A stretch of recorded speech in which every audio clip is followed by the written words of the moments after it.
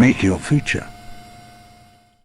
What's going on, YouTube? Welcome back to the InGen Company Board podcast. It has been quite some time since we've recorded an episode for you guys, but we're back and we're ready to record you a really good episode for today. We have a lot of stuff lined up and we even have a special guest. But I'm your host, Nate48, followed by Indo Productions, Dino Man Productions, and for the final time, your friendly neighborhood secret agent. And we have a special guest joining us today. I would like to introduce everybody to Marco Makes. Hello, everyone. This is Marco, and welcome back to my channel. No, I'm just kidding. Yeah, hi, everyone. Thanks for having me. Oh, it's absolutely. a pleasure, my man. Oh no, this is an honor, dude.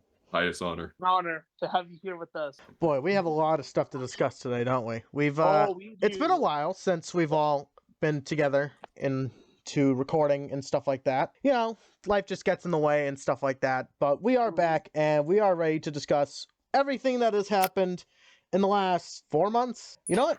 Let's go off with something that literally just came out this morning. We are recording the day of the June Beyond the Gates. I'm not sure if I'm going to get this out before the end of Jurassic June, but we shall see. We have the 93 Classic Tyrannosaurus Rex Off-Road Tracker Pack, which comes with a young Rex with a new head sculpt and a new Bush Devil tracker and a classic Ray Arnold figure, which is kind of funny because Ray Arnold never got a figure in the original line, but I still think it looks pretty cool. And obviously, I love the packaging they've done on this. And honestly, the Beyond the Gates this time was very nice. I really liked the stop motion they did in there. I thought that was like really nice. It was really crisp, really smooth, and I would love to see them do more with stuff like that. And honestly, I think the set is a great addition to the 93 Classic collection and can make up for the rather lackluster Dennis Nedry set we got earlier this year. What do you guys think about this set? I think it looks really nice. I'm really happy with this new sort of. I don't know. I like the style they're going with including a dinosaur, a vehicle, and a human. I think that's really cool. I am not a huge fan of the not Samuel Jackson, but Ray Arnold. Considering he never really left the control room, it's a bit weird to include him with the Jeep. But yeah, I see what you're saying. It is weird. I would have much preferred, in this sense, Robert Muldoon with a rocket launcher would have made 10 times more sense than Ray Arnold, since you're right, he never did leave the control room, but it's a kind of a cool figure. I mean, if we want our own 92 Classic Muldoon, you can just probably take a Legacy one and do something with him. That's what I would do, at least. Yeah, no, and it's a good thing you really brought that up, because I was pretty much the one that was really rooting for a young Rex, Robert Muldoon with a rocket launcher. You know, I mean, not really unhappy with what we got. I mean, heck, I'm pretty proud and pretty happy that, you know, we actually got like a Series 2 young Rex. That being said, I do have a tiny bit of nitpicks. Again, you know, with Ray Arnold, you know, or, you know, I'll call him Jules, you know, from Pulp Fiction. And I'm just gonna throw that in there, or just kidding. But you know, that we got Ray Arnold in the set. I mean, it's kind of a little bit weird since, you know, again, Indo mentioned that he was in the control room, but, you know, really a missed opportunity to do like something wild, like include Robert Muldoon with his rocket launcher. The Jeep, you know, I have no problems with it. I mean, I do have a nitpick though. The doors, basically the barn door type of aspect. You know, I'm not really a fan of it. I'm more of the actual bar door, you know, where everything is solid, like one piece of plastic, and you open and close it. Those are my only two nitpicks. But when this was dropped, you know, I was pretty ecstatic about this. And not to mention, like, just to mention Beyond the Gates really quickly, you know, throughout the entire, like, Beyond the Gates roster, you know, we have gotten a lot of content creators who, one that we knew, you know, like pretty much Ted Brothers, you know, like, the Jurassic Junkie, but the other ones we didn't really know much about, and it kind of left us scratching our heads. This one, you know, almost the same thing, but I have to say, that stop motion was smooth. All right, that really caught my eye. Shall I have a go? Absolutely. Okay, well, I think it's a great set. I love the look of it in box. That is just so gorgeous.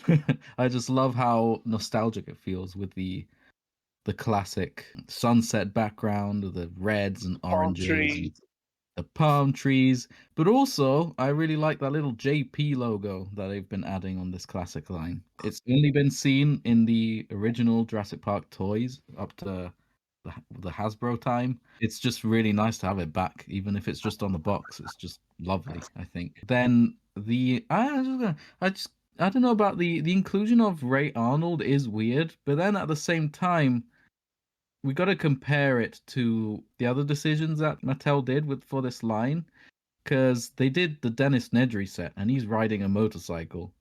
Yeah. And he's with a raptor, so that makes no sense either. So I'm guessing they're just taking some artistic liberties that are left field, which is, I guess, similar to some things that Kenner did. So I think they're just kind of taking that and just going with it and doing what they want to do with the Jurassic Park license. But yeah, it doesn't make much sense for Ray Arnold to be there, but it's still a cool figure to have.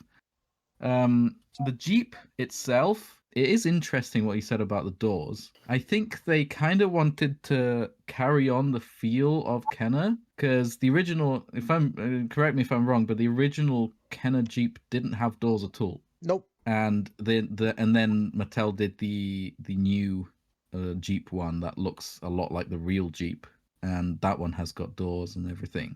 But I don't think you can open. Can you open them? I don't think you can.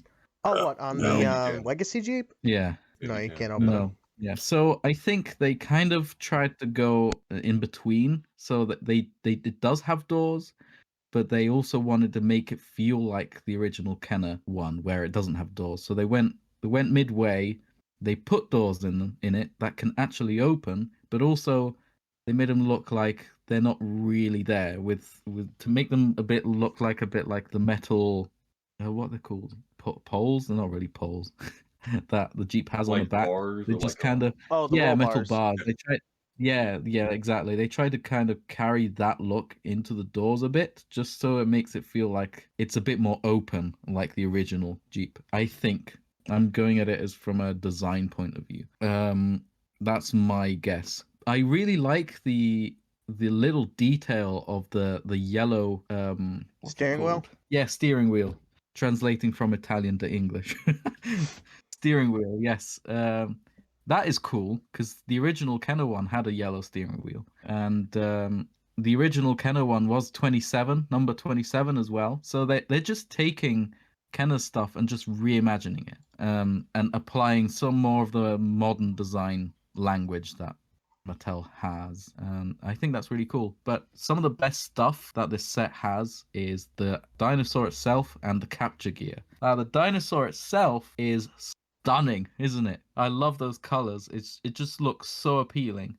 And the fact that they just didn't repaint an extreme chomping T-Rex, they actually went and made a brand new head for it. A brand new head with separate inset teeth, rubber teeth, which is what they've been doing recently with the new figures on the Hammond collection as well. So they've been putting a bit more effort into that, making a brand new head sculpt to make the figure look different, but also keeping costs down by using the extreme chomping body. I think that's very smart, because this paint job is inspired by the original Kenner. I think one of the repaints that Kenner did on the Junior Rex. Correct me if I'm wrong. Yeah, you're correct. I even have it actually on my desk right now, looking at me. So I have it about 2 feet up above me on my Kenner shelf. It is the Series 2 Young Rex. Love the colors. So I appreciate that they made a brand new head sculpt, but obviously they want to keep costs down, because that's what corporate does, and Mattel is corporate. So it is very smart of them to use that body, though, because it is the smallest Rex sculpt they've done, Rex model they've done, not counting obviously the mini figures and the basic figures. It is the smallest mainline T-Rex sculpt they've done, and I think it's a good choice for that. It's got a fun gimmick, and it makes sense from a corporate point of view to use that same body. I know a lot of people have been complaining about it, sending me messages, but honestly, that's fine, I think. What do you guys think? I really like it. Honestly, it is exactly what we want in a 92 classic. Like, we want something retro. This just screams like original Series 1, Series 2.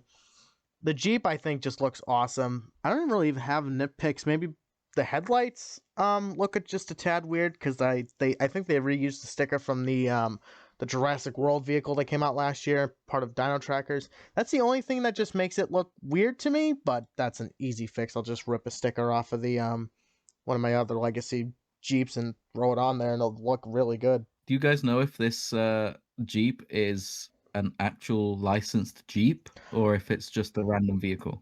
I don't think it is because Yeah. if you look at the grill, it doesn't have the same like vertical lines on it. That was what I mentioned earlier. In that case, then it makes sense that they chose different stickers because they probably save those stickers for the official Jeep designs, and have had them okayed by Jeep themselves. So it makes sense for them to reuse other different types of stickers, I guess. Oh yeah, it's just a very, very minor nitpick, at least for me. Everything else is just flawless. I mean, I don't think it's an actual Jeep because it would look like a Jeep Wrangler. But I don't know if Kenner got licensing to use Jeep. I mean, it is a Jeep. If you look at the Bush Level Tracker, there's no doubt about it, that's a Jeep Wrangler. But Jungle Explorer, there's nothing on it marketing that it's a Ford Explorer, and it very much is, or early 90s Ford Explorer. With the Bush Level Tracker, there's really that'd be nothing. funny. It'd be funny if Kenner went bust because of that. Ford and Jeep came after them simultaneously. Yeah, like, you didn't pay us licensing fees for your Jurassic Park toys. Like, what are we talking about? Yeah, like, look at these guys making toys from our stuff, from our IP. We're taking them down. Is that the reason why Evolution 2 like didn't have like licensed Jeep because like Ford or like yeah, Jeep were, yeah, like, it is regretted? actually, yeah. If you want to know the real reason why Jeep is not, because obviously in the original Jurassic World Evolution, we have licensed Jeep in the game. We never got one for the Ford Explorer, which is a little disappointing because I guess Ford nowadays is very like stingy with who they give licensing to. And I guess car companies now have this thing where they don't want to see their vehicle being destroyed, even though it's like a car that's 30 years old now. I mean, Ford, they don't want to give their licensing away like willy-nilly. And Jeep, I guess, for the second game, because you'll notice in the second game compared to the first game, Evolution 2 has a much more dynamic range of destruction in terms of the vehicles. Like, if a dinosaur rams you on the side, that side is getting dented. Like, not just a little dink, like oh, whoopsie, I banged my door on your car. It's like I get in the side of the car with a wrecking ball kind of thing. Yeah. And I guess Jeep didn't okay for them to use the Jeep again because they did not want to see their model being destroyed, which is disappointing because I absolutely hate the Evolution 2 Jeep Wrangler and I want the original one so bad because it's just I'm like, that is not the Jeep. I wonder if people made mods to have the official Jeep ported from the first game to the second. I hope so, because if that's the case, I'm going to go download one right after we record this. Give it a go and let me know. Here, I'll go on the Nexus right now. Someone actually ported that to the game. I'm so... There you go. You have no idea how happy that makes me. You know, before I went mute, I was about to like mention like how like Mattel now that they couldn't really like got the rights to like do like an actual 4, just waiting long until they can actually do it. I was about to call it the Evolution 2 effect. But yeah, it is. So the Evolution 2. Mattel actually has a license for every single car because they own the license because they make those Hot Wheels. Yeah. Oh yeah, it depends obviously. It depends obviously what they can use it for. Though having licenses like that is really expensive, and they only agree to use them for certain products. So they can't just go, "Oh yeah, we have the license for the Hot Wheels. Let's use it for the Jurassic line as well." It doesn't quite work like that, unfortunately. Kind of wish it did, but it doesn't. They do that to save money, right? Because if you licensed a car for like, I don't know, say you wanted a license for a Jeep Wrangler for 5 years to make, this, that, this, and that. I want to make a Hot Wheel. I want to make a Jurassic Park Jeep, blah, blah, blah, blah, blah. That'd be very expensive because you're paying for all these different vehicles that are going to be made with the Jeep model. Oh, yeah, it's very expensive. But also, the way it works, I think, is that they get the license for a product.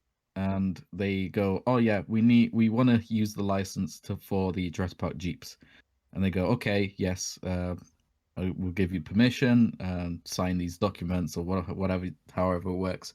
But then I don't think once they have the license, they can just go, oh yeah, let's just use it. We have the license, let's use it on as many products as we can. It's more like they give them permission to use the license on a specific product that they all agree upon. That makes sense in terms of marketing. Yeah. Let's see what else. I know we talked about the Hammond theory last time we were all together, and now it's been revealed along with the Giganotosaurus on Beyond the Gates, which was a nice little Beyond the Gates. We've also Delta got revealed and Claire got revealed. I'm trying to think of any Hammond reveals. The Power Raptor. The Pyroraptor was like, I remember it was in the background of Beyond the Gates. I wonder. I really hope that. You also mentioned Delta. Yeah, I think I mentioned Delta. I really hope they don't make a Beyond the Gates specifically for Pyroraptor, because they'll just be horrible.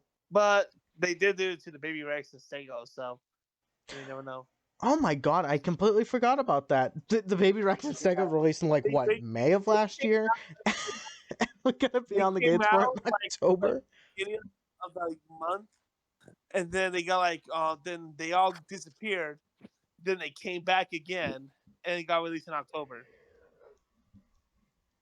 That's weird. That's weird, right? What were the other? We have 4 months of Beyond the Gates, and I'm only remembering 2 of them. Oh, Diplodocus. That's right. We have Diplodocus. So that was I mean, but that's the thing. Are we going to try and cover every single subject right now? No.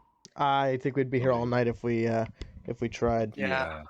We have quite a bit in reveals of Hammond Collection. We had a Beyond the Gates with the Giganotosaurus and the Therizinosaurus, and of course these figures are now out in stores. We also had the Velociraptor Delta, Claire, and the Pyroraptor, which has been revealed in a Beyond the Gates. It wasn't actually part of the pre-order, but it was in the background of the video, which I believe we have some HD images. I could probably throw that up on the screen.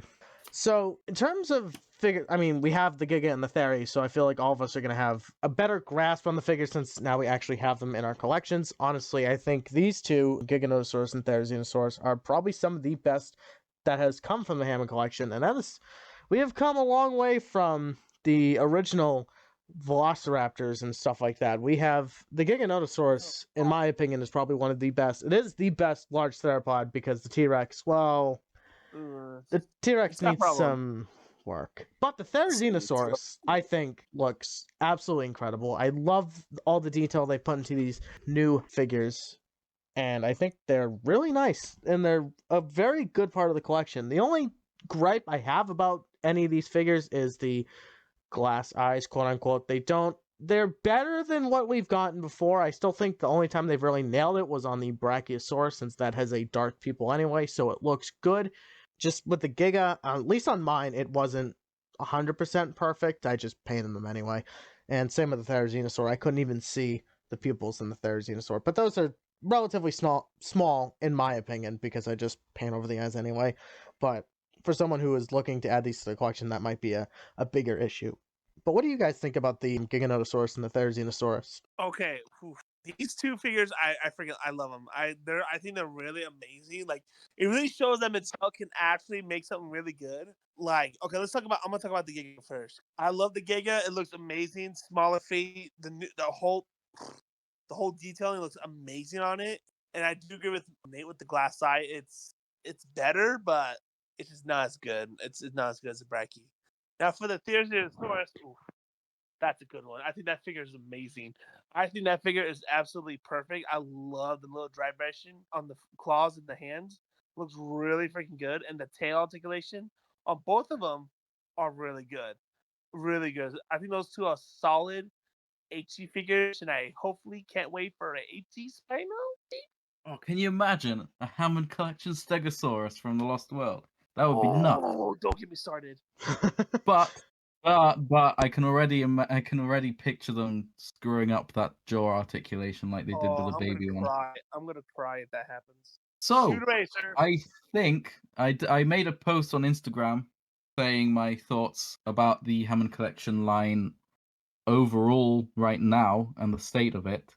and I think it's amazing the fact that Mattel is listening and they have applied the feedback that us fans have been pointing out onto their newer stuff, like better proportions, smaller feet, longer tail, and that is an absolute win for all of us, I think. So they kind of started applying this new sort of design language with better proportions with the Carnotaurus. Mattel seem to have a love thing, a love story with Carnotaurus, don't they? They really like the Carnotaurus. Yeah, and I can't blame them. It is a gorgeous animal, gorgeous design in the Jurassic I don't think franchise. I've ever seen one bad Mattel Carno ever. Like not one bad one. Yeah, no, they've done No, pretty good in yeah. every Carno figure they've made. Even the extreme damage one, it's not my ideal, but it's still a good figure. It's just not my ideal thing on it. Yeah, so I think from now on, if Mattel remade some of the older releases, like the T-Rex, like the Baryonyx, with some of the new design choices that they're going for, I think that would be ideal. The Baryonyx is definitely too small. Baryonyx in the Jurassic franchise is about the same length as the Carnotaurus. The Carnotaurus is quite big, and we all know that the Hammond collection Baryonyx is very small compared to the Carnotaurus.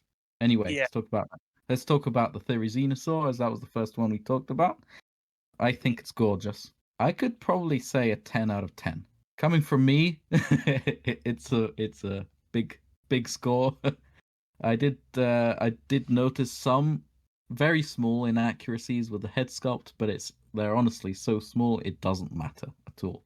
It is a gorgeous figure. I know some people have got issues with the eyes not being blind or with cataracts like we did see in the film, but honestly, I can see why they didn't choose to go with that look, because it's not very appealing to have cataract eyes on your toy. Although you can't really see the eyes anyway very well. But I can see why they didn't go for that. But yeah, the new sort of paint that they've been applying on these figures is gorgeous. They've been applying some dry brushing effects, which is quite new with the Hammond collection line. You can definitely see it on the feathering of the Therizinosaur and on the claws and the hands, and that's just stunning. I do wish they did paint the dew claws on the Therizinosaur. Can I just take a moment and appreciate the tail on this figure? It's just the tail just feels so nice, doesn't it? It's not a wire; it's like a ball jointed on tail.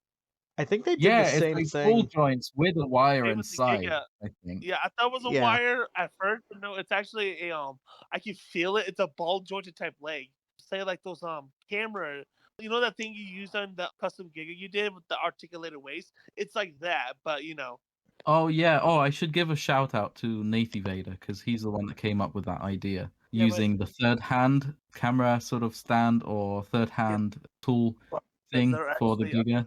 Yeah. So I love that. I love that they've been doing some dry brushing on these figures. So that's the Therizinosaur. That's a brilliant figure. I'd probably give it a 9.5 just because of that dew claw. The Giga, however, I think it is a great figure, but that's probably the weaker one out of the Carnotaurus and the Therizinosaur and the Giga. I think that one's the weaker one, purely because of how it looks from the front. It's very wide. Yeah, I'll put a picture in here's the picture comparison. So with this release, I had a suspicion that Mattel doesn't use reference images for the front of the dinosaurs they're sculpting. One of the main examples is the Triceratops when they sculpted that, because if they looked at the pictures from the front, they could tell that the head sculpt should have been a lot thinner, and that it's got a central spike on the top of the frill and stuff like that. And yeah, and with the Giga, it is another example of Mattel not using reference from the front, which is just sculpting 101. If you're a sculptor, the first thing you want to do is get as much reference pictures or as much reference possible to sculpt from every angle. You can definitely tell that Mattel's Giga isn't really a carnivore because it can't see from the front.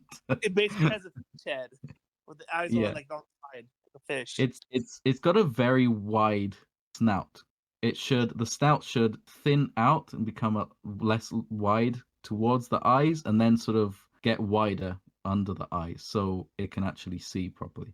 So that's my main gripe. Otherwise, this figure is beautiful. Oh, actually, I should mention the arms. The arms are too big. We compare the figure with the style guide, the Jurassic World Dinosaur style guide. You can definitely tell the arms are too big, and that's a bit of a shame. So that kind of goes into the proportions issues that Mattel seem to have.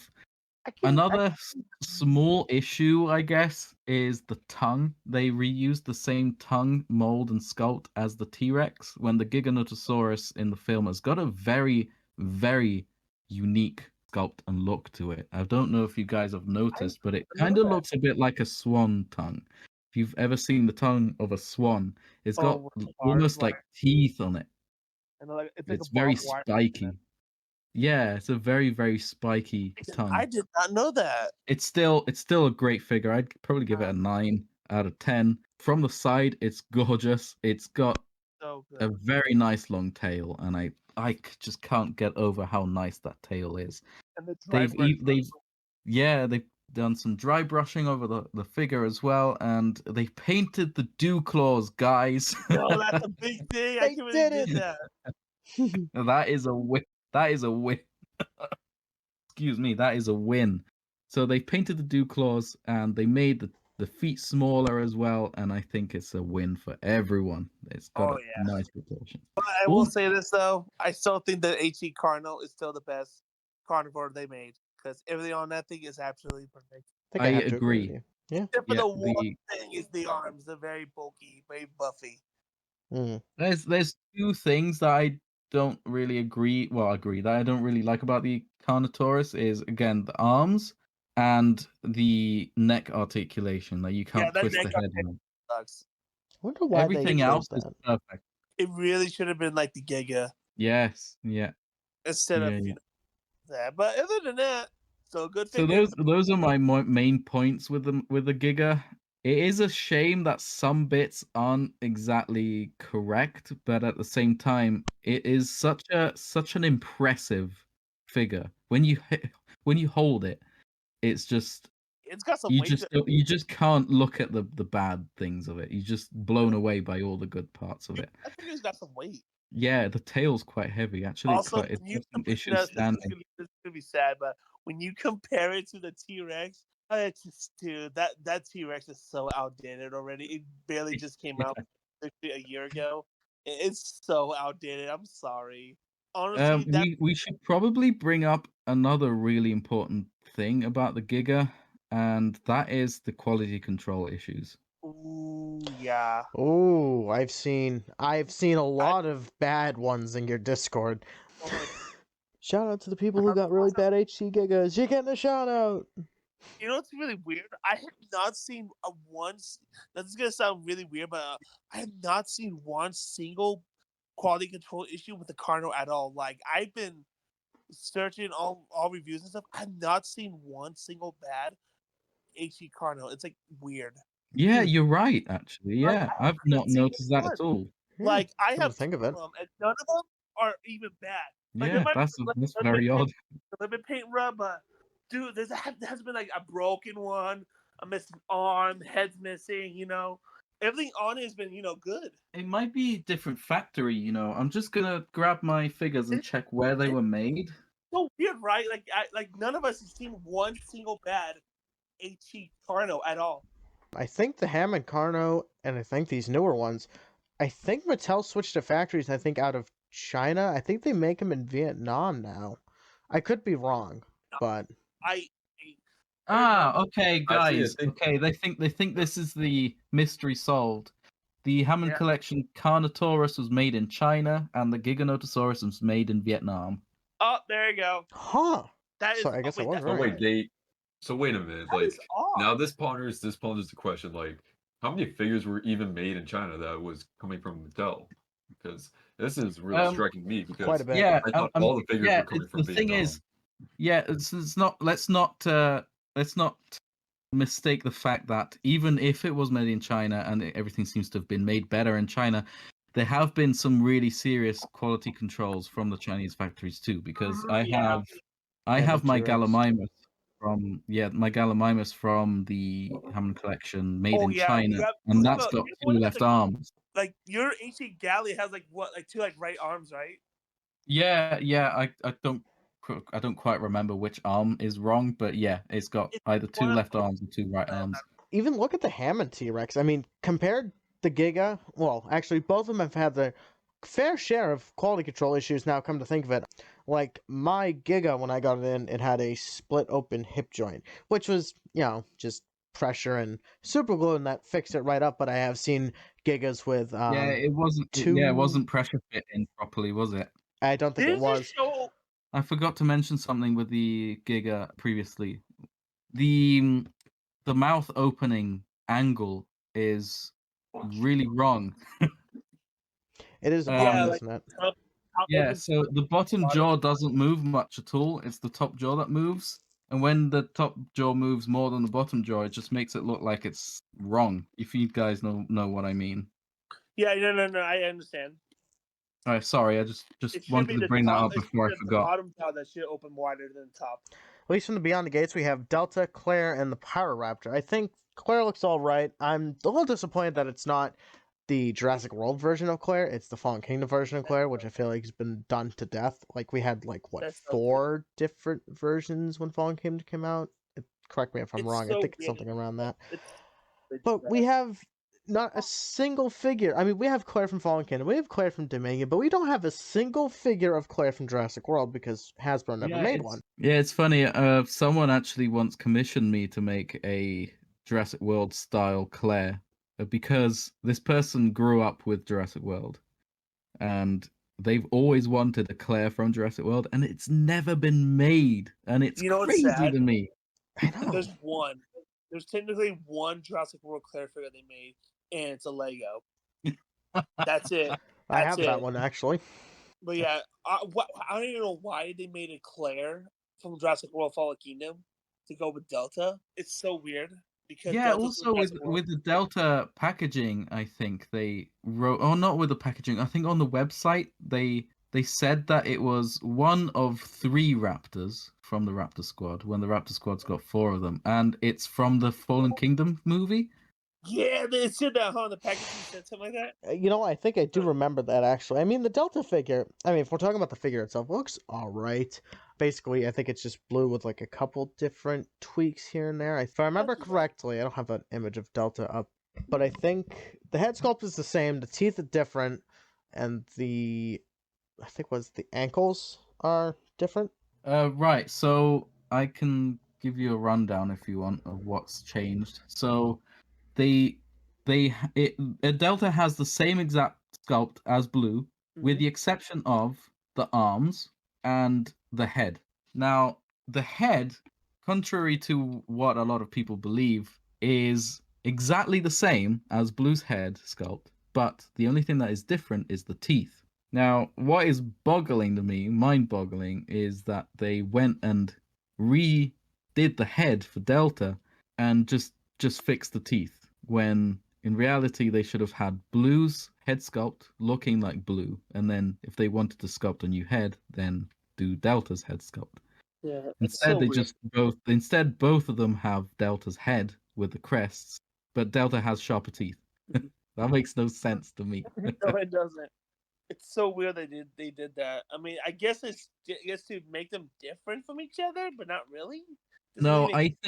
I think they did Blue's head sculpt and sort of added the crests, knowing that they would be using that head sculpt for the whole Raptor Squad, right? But then later down the line, they've been fixing the teeth and making them sharper on all of the new releases, right? With the Giga and the Carno and everything. They probably have been working on that Blue sculpt before then, or during that happened. Yeah, and then someone higher up just went, no, actually, we need to change the teeth because all the new ones have had better teeth. Yeah, they just but it was too late to fix Blue, so that was kind of released like that with the bad teeth, and then they just applying the new teeth to the newer ones. At least what's what I think, and I think that makes the most sense.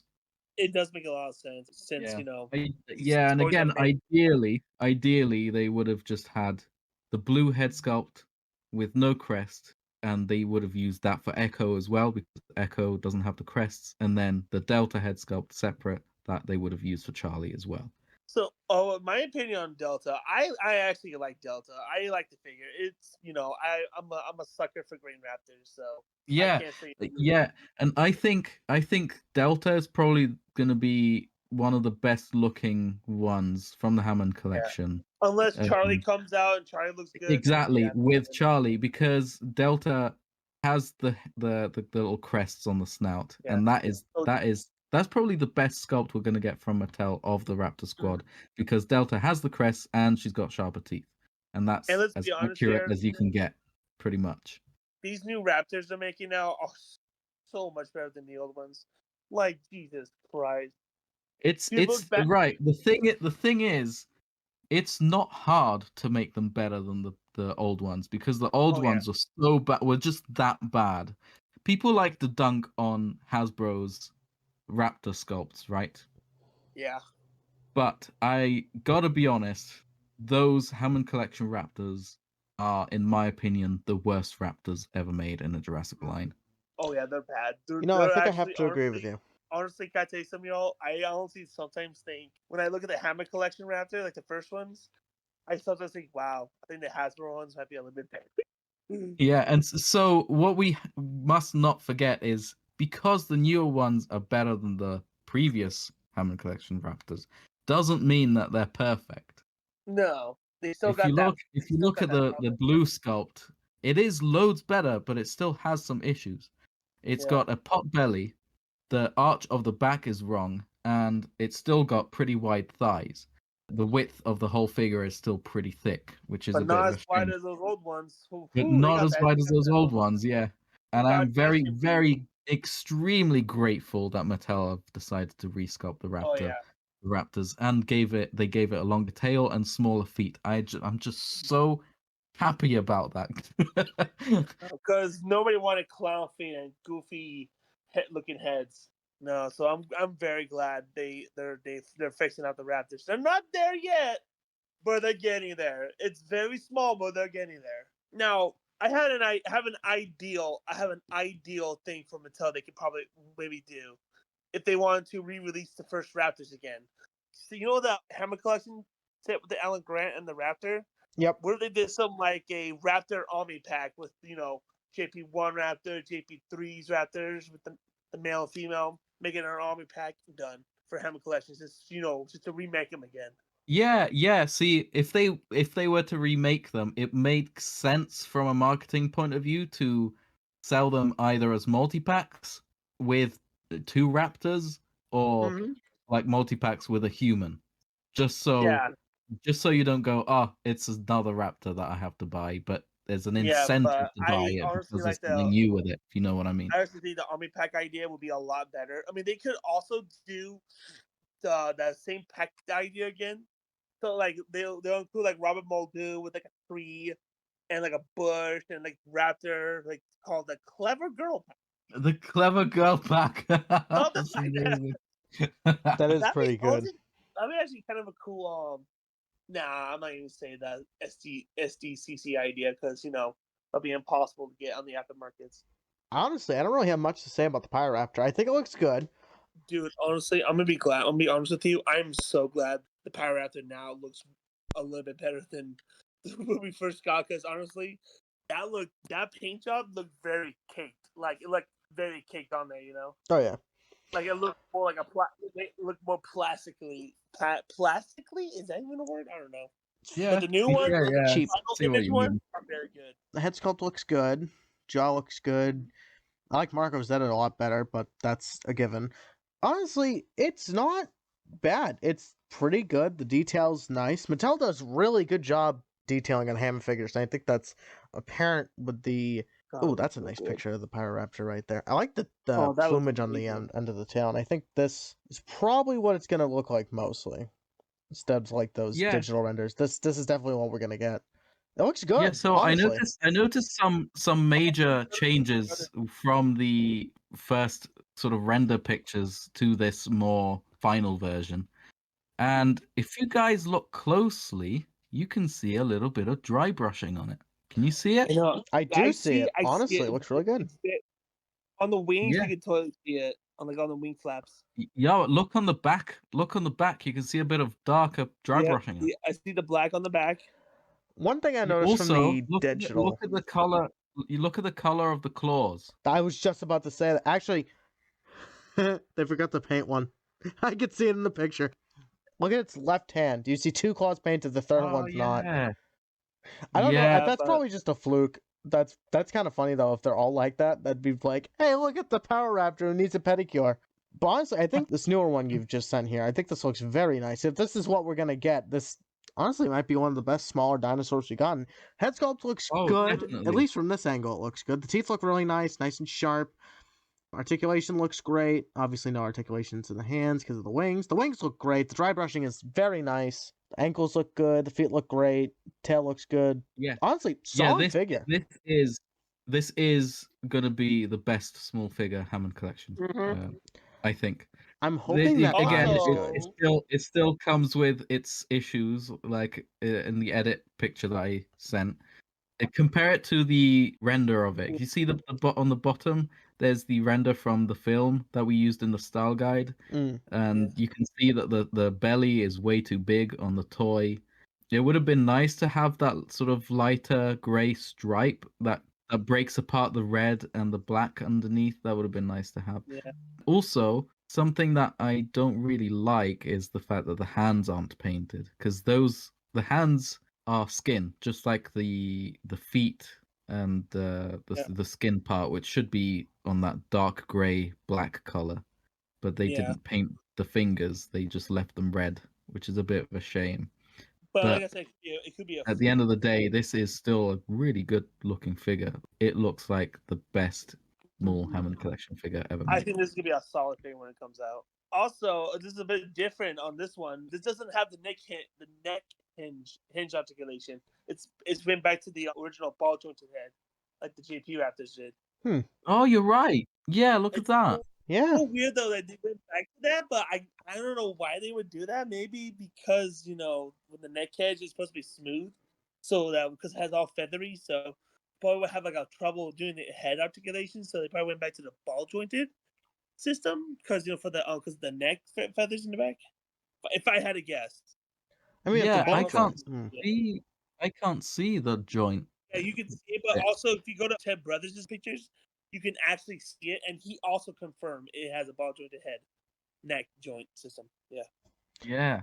Oh, that is good. That is good, guys, isn't it?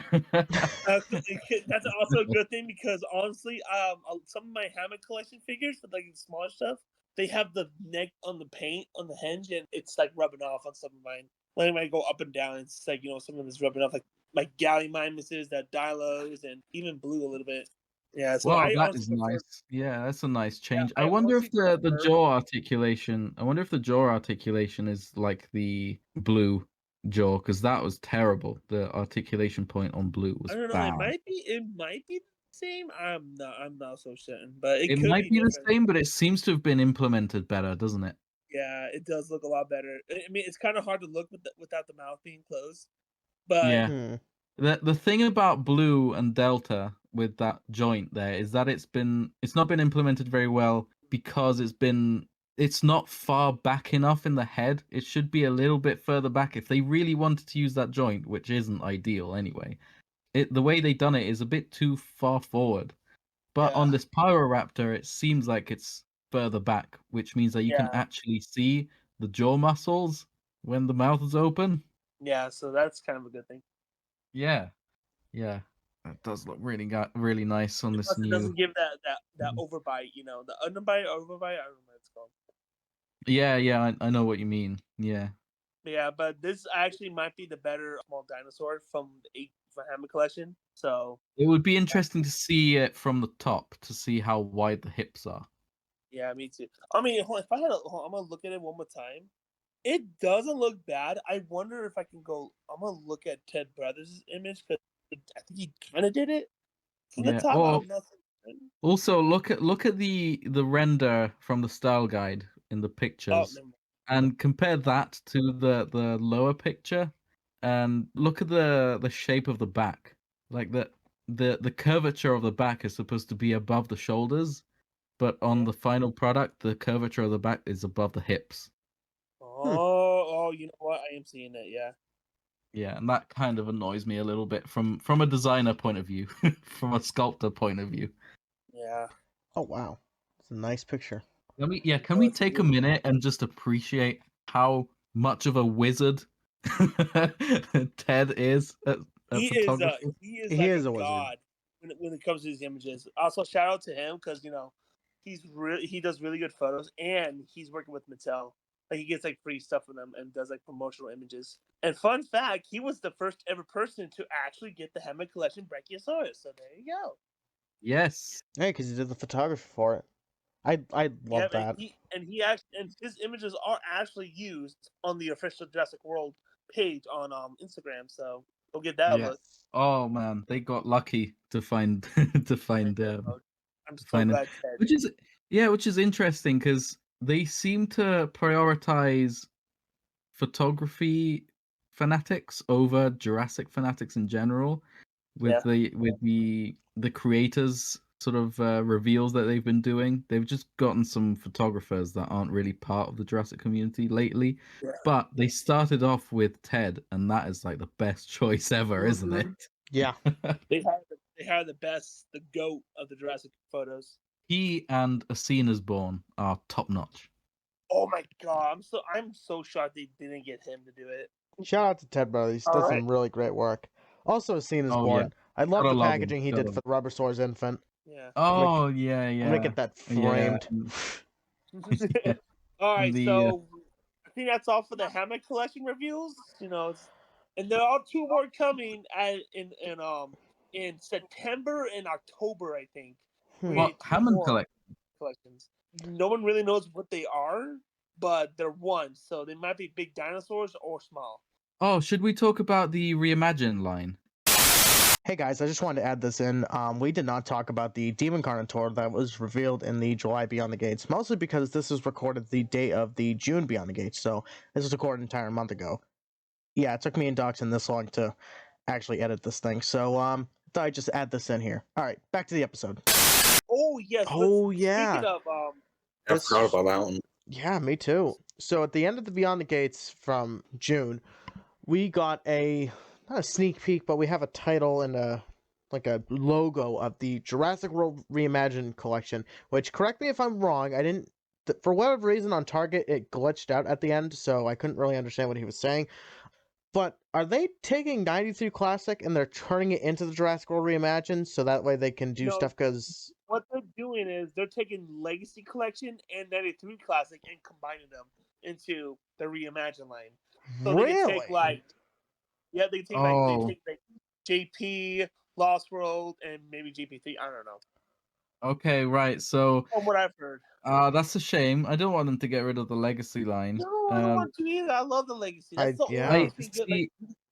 What I'm worried about is that because it's called Reimagined, Jurassic World Reimagined, I'm terrified that they're just gonna use that as an excuse to make stuff up and just release repaints of the cheapest stuff that they can get, that they can do. Right. Yeah, that's true. It's like the 1500 Raptor with the rat tail mode. Yeah, I can understand why they decided to sort of not do the Legacy line anymore, and that's because the Hammond collection.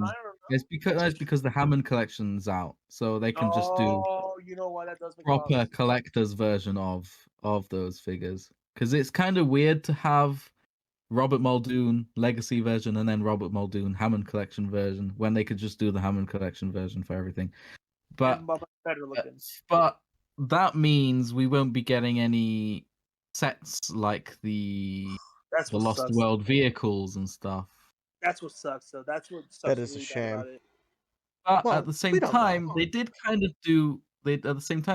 of did all of those already with the Lost World. They released. We didn't get a Humvee, but they released. No, that's the one thing that sucks. So we didn't get a Humvee. Yeah, and there's not really much else they could have done. I don't think vehicles wise, unless they did. Yeah, but that could unless they did the RV, but they wouldn't do that because that's too expensive to do. It's And for too that big. same reason, they wouldn't do the plane from Jurassic Park 3.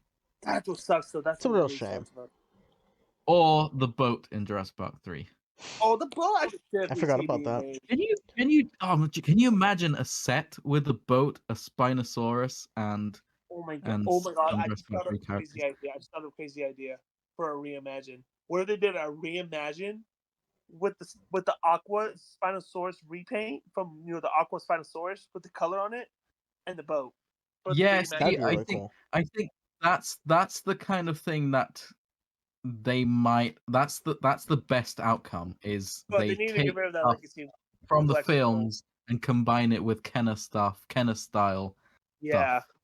But again, I am terrified that they're just going to use that as an excuse to release Yeah, it's just make random shit. bad repaints. Just make random stuff. Like I would have if they're gonna do this, I want them to, when they make a big dinosaur, I want them to have the rubber like the Red Rex they made, like big dinosaurs, so it can feel like more like like Kenner style. I'm interested to see the Reimagine line. There was some like leaks. I don't know how real they were, but there was some listings of like, I think one of them was like Owen and a gyro. Oh So, yeah. Oh yeah, I heard of that. I'm curious to see what it'll actually be. It could just be like There was a another one. repaint of Legacy Collection. So I don't know. I'm curious to see what it really will be. Wasn't there one with Claire and the Indominus Rex or something like that? I don't remember. I don't remember. Oh, I tried to look. I do remember that, Imagine actually. if they did the reimagined Jurassic World. So they've got the Fallen Kingdom Claire with the Indominus Rex. Oh my That's reimagined. Honestly, can I be honest with y'all? I thought the Reimagine line was gonna be like, the 2015 toys with, Reimagine, but no, it's something completely different. I got scared when they said that. Like, oh shit. I thought the Reimagine line was just gonna be like HC revised or something like that. So like Reimagine like new species, but like they also upgraded their older Hammond collection figures. That's what I thought. That would have was, been but cooler. yeah, that was wrong. I'm quite Oh, but confused. we'll just have to see, I guess. We'll just have to wait and see. Yeah, which is hope for a leak. We got a month before the actually, next reveal. I should bring this up quickly. There was a thing Mattel released about a new job entry for Mattel as the lead Jurassic World. We'll take a leak. The lead Jurassic World toy design. They were looking for someone new. There was actually a job posting about it, and I've had people send that link to me and say, "You got to work on this and that." Yes. Obviously, I can't because I'm in the UK and it's obviously just based in California, and also they probably wouldn't want someone that has been bashing on their brand before and someone that doesn't have legit experience working in the toy industry. Although I do have a degree and stuff, so. And plus, who would want to move to California? But yeah, it's just interesting to me, and now that job posting's been out for a bit, I'm not sure if it's been taken, but if it has been taken, it makes sense to see that they're changing things around with the reimagined collection and stuff, just changing a few things around, see what works best. I don't know. It's just interesting to me. I know it's very interesting that what this could be. I mean, we could still get a Humvee. It could be, maybe. I don't know. I hope so. They would need a license for that, wouldn't they? I thought they had the license for the Humvee. They made like 3 Humvees for like. Oh yeah, never mind. Yeah, they would have to have a separate one, I think, for Jurassic. I mean, you know what's really weird? I just remember this. When they first released the Legacy Jeep for back in 2018, do you know what the box said on it? It said Matchbox, which is Hot Wheels. Yeah, that's probably them using Matchbox as a thing to make it cheaper for themselves and releasing it under the Matchbox line. Because if they had to start a new line and get the license for that line, that would have been a lot more expensive, probably. That's my guess. It would have been nice if they took some of Legacy aspects and merged it with the Hammond collection. Like, I mean, if Legacy is really going away, it is unfortunate because I know a lot of us do like the Legacy collection, but we could possibly see a future out of this where we get.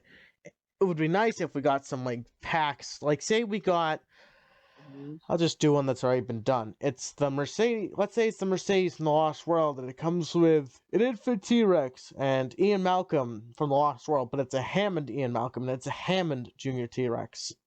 Because you can't really take a vehicle and make it into a Hammond collection vehicle. It's like, unless you went the Jada route and made it all die-cast, but then that you'd be asking over $100 for a set. Yeah.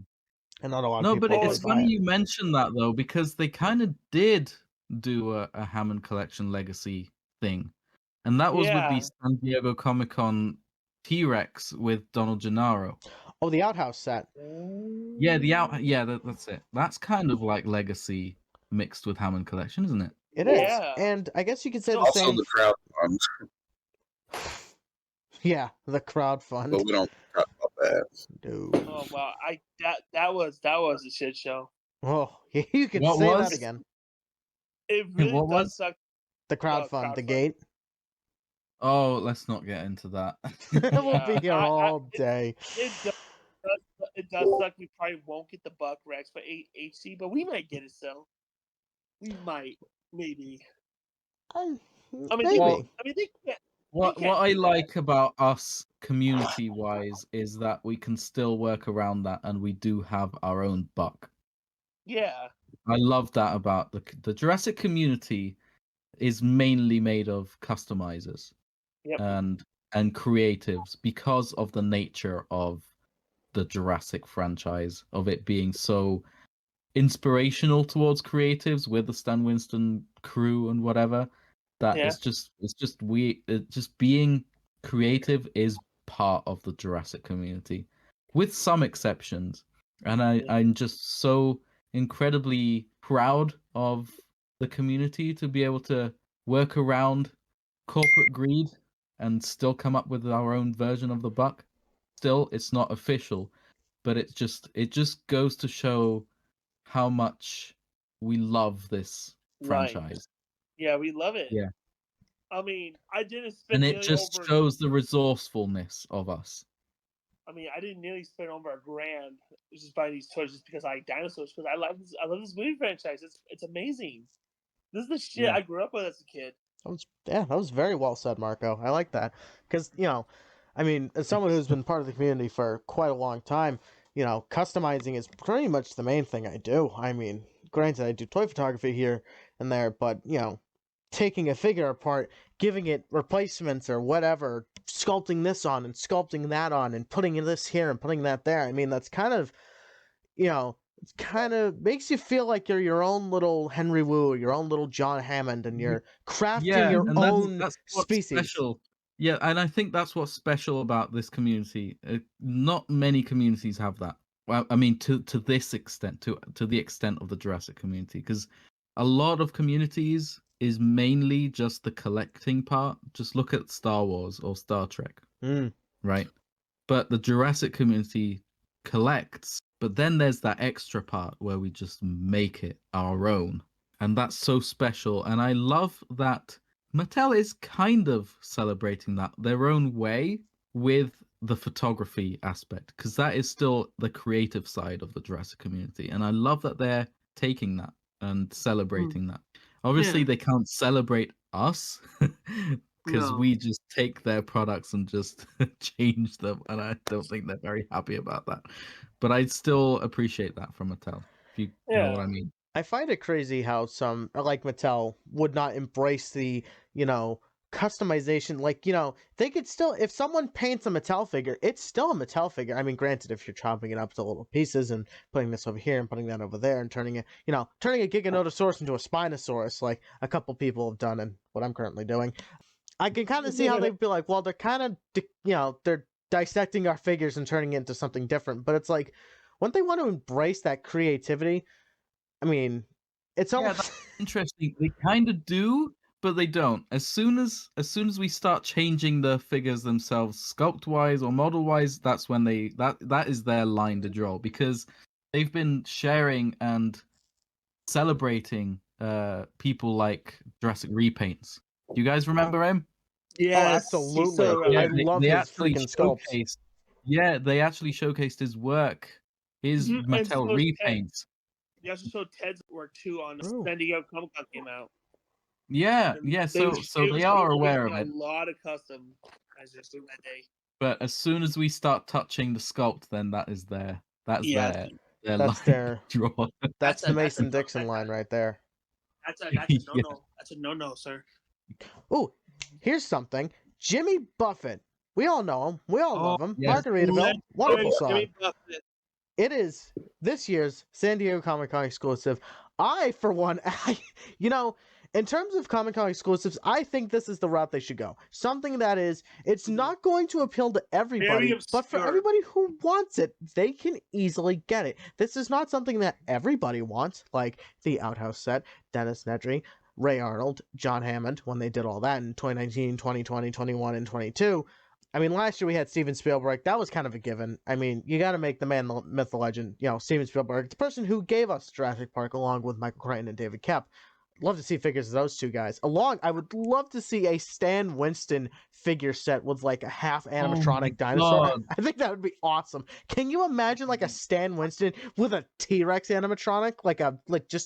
That would be so cool. Highly doubt it. I was kind of hoping they would do that this year. A bit like what Bradley did with the pictures. Yes, I got to do my own scene with that because I have many ideas. I want to build my own little miniature Stan Winston shop because I think that'd be so cool. Figure would be so crazy. It's a Comic-Con exclusive. It's Jimmy Buffett with margaritas and his lost shaker of salt. I really like that detail. And he's got Dimorphodons that spin in a circle around him with a margarita blender and I think some Dimorphodon noises in the background. I love it. I think it's a interesting exclusive, I think. But as someone who personally likes Jimmy Buffett and loved his cameo in Jurassic World. I mean, how can you forget him running away with margaritas? Like he had his mind set. He was saving those margaritas. And I think it's a really just kind of like a nice, funny little jab at like a celebrity cameo in Jurassic World. And I would honestly love to see more exclusives like this. Like, Stan Winston or Michael Crichton or David Koepp. Yeah. Also, I'd like to point out again what you said about it being such a good, perfect release for San Diego Comic-Con. And I just want to add to that, explaining why it's so perfect.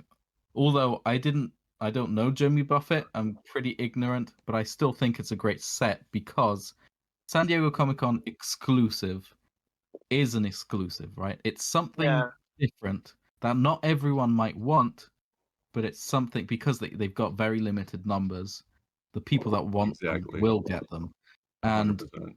You don't want to save something that everyone wants as an exclusive.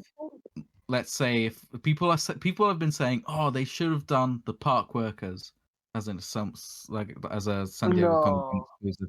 Oh, they should have done this, and that, this set from this film." And I'm like, it would have been nice, but you're kind of missing the point because if it's an exclusive, not everyone can get it, and you want these sets to be for everyone to get. Yeah. So that idea of the Jimmy Buffett thing is perfect for Comic-Con exclusives, and although I do have an issue with it, and that is a very small little thing that does not affect it at all, but it's just my obsession towards Jurassic is that they used a Jurassic Park 3 Pteranodon in with it, in the Jimmy Buffet writing and stuff. Yeah, the box. Yeah. If you look at the box.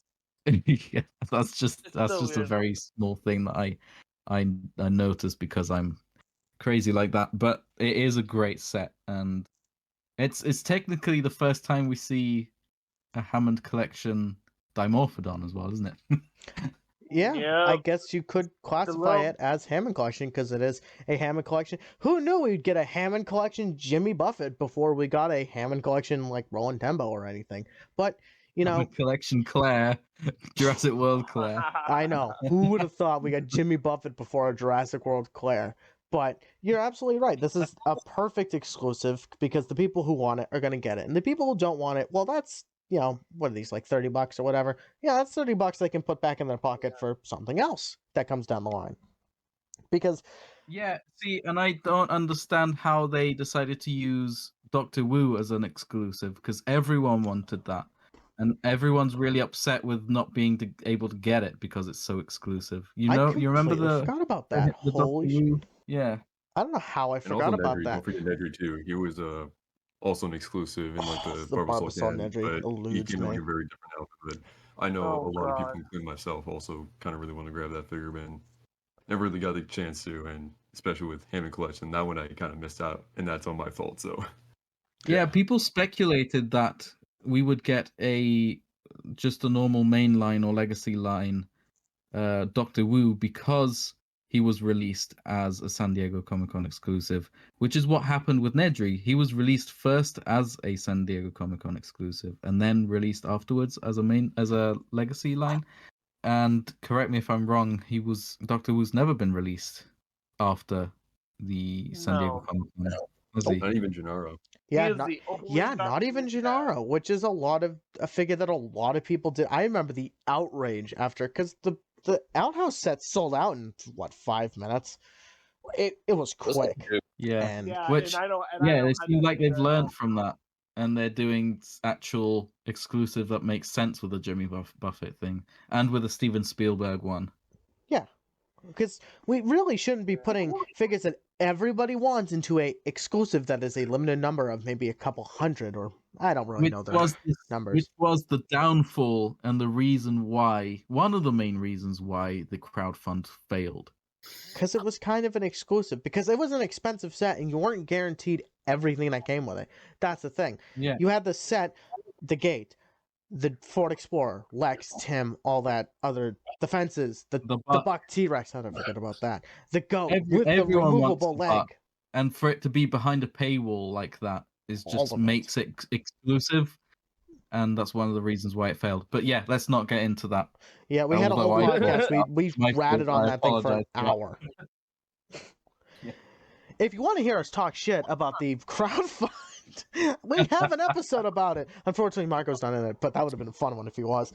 Yeah, so Jimmy Buffett, I'm probably going to pick one up. I might pick up 2. I might pick up 3. I do love Jimmy Buffett. I do love Jimmy Buffett. I heard someone say that he's a good base for a JP pink shirt worker. I mean, not wrong, but like, do you really have the heart to decapitate and mutilate Jimmy Buffett? I mean, come on, rest in peace, Jimmy Buffett. You can't be doing that to Jimmy Buffett. The man who brought us Margaritaville. Come on. Did you say I do? Damn it, Jacob. Okay, Jacob does, but I don't know anyone else in here who does. I certainly don't have. I don't have the heart to do it. But one nitpick I do have. This is the only nitpick I have about the figure. It's not even the figure; it's the base sounds it plays. It plays a Margarita Mixer and Demorphodon sounds. Missed opportunity to put Margaritaville in there. I think that would have been really funny. Of course, they probably would have had to pay a licensing fee to use like 30 seconds or whatever of the song. But I would have loved to see like Margaritaville. Even just the instrumental would have been really funny. Didn't they use am I getting mixed up? Didn't Mattel use the music from Jurassic Park, the one where Dodgson and Nedry meet up, the background music? Or was that was Evolution that used that in the Jeep radio, wasn't it? Oh, yeah, you're right. I think I'm getting mixed up. Sorry about that. No, you're good. So I think that's all we have for action figure news. Wow, that was a lot of we had a lot to catch up on. So content. We haven't recorded a podcast in 4 months. You guys are getting your extra long podcast. This will probably be the longest podcast we've ever done, and it's extra special because we have Marco here. So there you go. Imagine if they did a novel line. Oh, holy shit! The novel classic collection. Imagine a nice novel Dilo. Ooh. Oh my god. Ooh. Give it Hammond articulation. I'm sold. Oh, you imagine that? Can I say something crazy? Can I say something crazy, Marco? When the 30th anniversary was coming out, do you know what I thought Mattel was gonna do? I thought they would take all the Hammond collection toys we gotten, like all the Rex, the Raptor, and the Dilos, and I thought they would give them Kenner colors. I don't know why I thought that. That honestly, yeah. I would not have complained if that was like 93 Classic. Like you're taking a Hammond collection T-Rex with Kenner Red Rex colors would be really cool and would stop me from doing my own. Really shitty sculpts on them, so. like the big feet and stuff. That is true. We'd have to deal with those horrible sculpts. Well, not horrible. They're not horrible, but they have problems. The Hammond T-Rex itself is just my opinion of that is starting to dwindle as time goes on, as better things come out, and as the Rex ages, they don't seem to age very well, especially their joints. The only reason I have not replaced the feet on my Hammond Rex is because it will not stand otherwise, because the joint is so loose. But you made a really good point, actually. I'd like to point out what you just said. And what you said was, I'm starting to rethink whatever the T-Rex because of the new releases, right? And it's very interesting to me because we've talked before in private about how Mattel needs some sort of, oh my goodness, I'm blanking out. Competition? Yes, competition. And the only reason why people think the T-Rex was okay or whatever is because there's nothing else to compare it to. But now there is, and Mattel's their own competition now. Their new stuff is better than their older stuff, and we've got something to compare it to now, and that's what's making people actually realize, oh yeah, maybe the T-Rex wasn't as good as what it could have been. And this is very refreshing to me, that people actually have their critical thinking wheels going, or cogs going in their minds because of having, you know, the new releases being better. Anyway, that was just a thing I wanted to point out based on what you said. Yeah. Well, I did put my thinking cap on today. I'm glad you noticed. But it is interesting because I remember this conversation we had, and we were talking about how Mattel really needs some competition in order for them to be better. Competition just makes things better. And it's funny how they kind of have become their own competition. I don't know if this is because maybe they notice the replacement parts that we make for the Hammond collection. Isn't that a quote from Hoskins? Competition breeds greatness, or struggle breeds greatness. Maybe. Yeah, I think that's it. Oh, it's we like could the use that. the time. What's that? What's that old saying? You know, tough times create strong men create easy times create weak men create tough times, and the cycle repeats. So maybe in a way, because I mean, if you look at the Mattel timeline, they started off very strong, and then over time they kind of, you know, strong, and then they became weak, and now they're becoming strong again. Because this new Hammond stuff it's pretty good. It's honestly, you look at it and you're like, wow. Like when I got the Giga, and I mean, I got the Therian, I'm like, ooh, this is nice. Like, this is pretty good. And I got the Giga, and I'm like, wow. Improvements. You can just see, if you take a look at the Giganotosaurus and you compare it to the T-Rex, it's like, there's no competition. The Giganotosaurus is obviously better. I mean, even with the Velociraptors, you take a look at Blue and the original Hammond Raptor, it's a staunch improvement. I mean, it's good, obviously. I think that's just kind of boils down to the whole point of this, is we want Mattel to be better. We want them to create better things. Yes. I mean, even if something we have is, oh, this is really good right now, granted it can be better, but we always want them to do better. It's like a parenting kind of thing. You want to, you know, parents like to push their children to make them do better, and obviously if you push them more, they do better, and then improvement happens. I think the community is like that in a lot of sense. I have a feeling. Although we're not. I have a feeling like, yeah, I have a feeling like we're not really like the parents. The reason why we want them to be better is because we're so exhausted with just getting shit. Well, if you know what I mean, from the Hasbro times, I mean. Yeah, because I mean, being a child in the Hasbro times, I was 11 when Jurassic World came out. So obviously, I got some of the toys, and I realized after maybe a few days, I'm like, oh, these are, considering I had the Jurassic Park 2K9 line, and I had all those, I had some like JP3 toys, I had a couple of Kenner figures too, and I looked at those, I'm like, well, these kind of look better. These ones are like, you could just tell they were cheap. And I'm like, oh. And then I watched Gaming Beaver's video, The Straw That Broke Beaver's Back, and then I'm like, oh yeah, these are bad. The whole video just like, critical thinking has been unlocked in my little tiny brain of mine.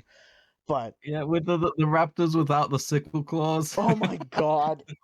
Granted, Mattel has not strown very close to Hasbro level of bad, maybe besides a couple figures here and there, but we have seen a gradual evolution, and it seems that Mattel is actually starting to take notice. Like, what the community really cares about. Because if you take a look, 2020, the collecting scheme for Jurassic was entirely different than what we have now. We didn't have the Hammond collection, we didn't have the 93 collection. Legacy collection was around, but it wasn't like what we have now with Legacy collection, where we were getting a couple vehicle sets a year. And that really didn't start turning until 2021.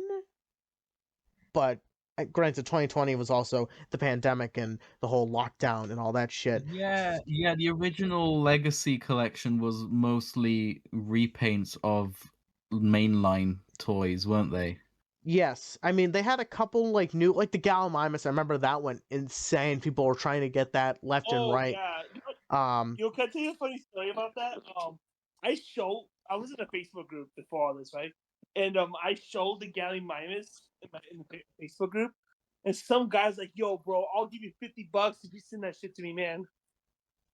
Oh my god, damn! I just don't understand the like. I'll give you 5 times the retail price. Like, why would you just? I mean, granted, you're playing, you're gambling with. Am I gonna find it in the store? If your local Target or Walmart sucks, it's like, do I drive to a store that's 30 minutes away? Do I?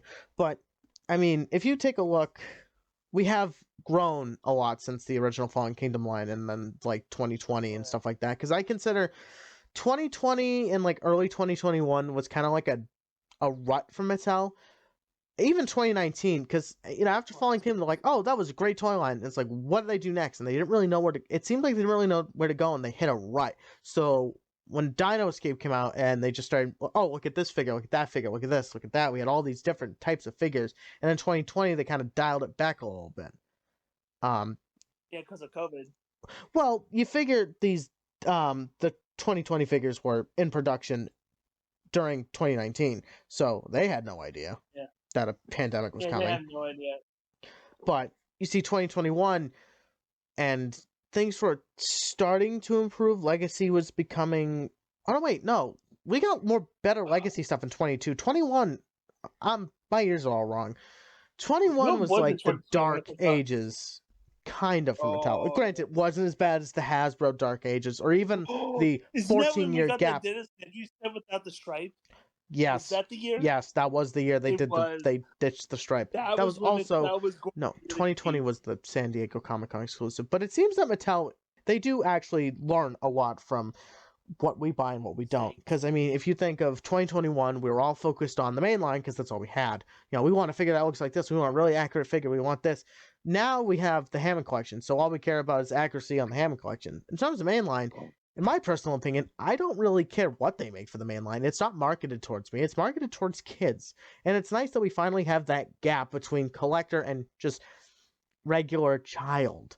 I agree with everything you said, but there's also another thing to point out, and it's how Mattel is applying what they've learned from the Hammond collection line and applying it to the main line as well. Just look at the teeth. You know what? You're absolutely right. Teeth. You are 110% so that is a great thing. They're not just learning from us; they're learning from themselves as well and applying it all over, which is great. It is a nice thing to see. Also, again, Indo and Dogson have just gone stupid. I hope you're doing okay. I just feel like I've been talking over a lot of you guys, and I apologize for that. And I really don't mean to. Absolutely fine. You are the special guest, of course. How loud my humble abode is. I'm more of a listener than a talker. Okay, well, if you guys feel upset with anything that I say or anything that I do, let me know. I don't want to upset anyone. Yeah, I got a problem with you, Marco. I'm kidding. If anything, I am pleased. Oh, yeah, you do? All right, shut up then. Oh, my God. We love you, Marco. So, moving on from Jimmy Buffett, we are going to move on to JP Survival, which unfortunately has now been pushed back, it seems, to 2026. Yeah, that is disappointing, but maybe it'll give them some time to work on the game some more. Maybe put in some more accurate Raptor models. One can only hope, because I know... You know what I find super weird? What's that? Is the fact that they did the pre-install so early. So I'm wondering if they like decided to do that and then they decided to delay it. Yeah, which is weird, but maybe they're like, "Oh fuck, this game does not look good. Let's keep working on it." They're probably still tweaking a lot of it from that game right now because it looks really good. So they're probably trying to make it the best they can. Yeah, so if I had to guess, it is extremely exciting because it's something that the fans have been wanting for years. It's since Trespasser, right? Because since people have been wanting since 2015 there was gonna be a survival game, but it got canned. Yeah, and people have been dying to want to get a horror survival game. Jurassic Park inspired. Technically, there was gonna be one called Jurassic Park Operations, but Universal was like no, and they canceled that project. What was the one? Oh, wait. Oh no, I'm getting mixed up with Jurassic World Black Ops. Is it Black Ops? No, it's Operations. The one with the being made by Dreams. Is that it? Yeah. But wasn't there this mobile game as well? Jurassic World. Jurassic Primal Ops. Yeah. Primal Ops. There we go. Yeah. That game had a 6-month life and died. I was gonna say, didn't it shut down pretty quickly? Yeah, that game was up for like 6 months and it just died.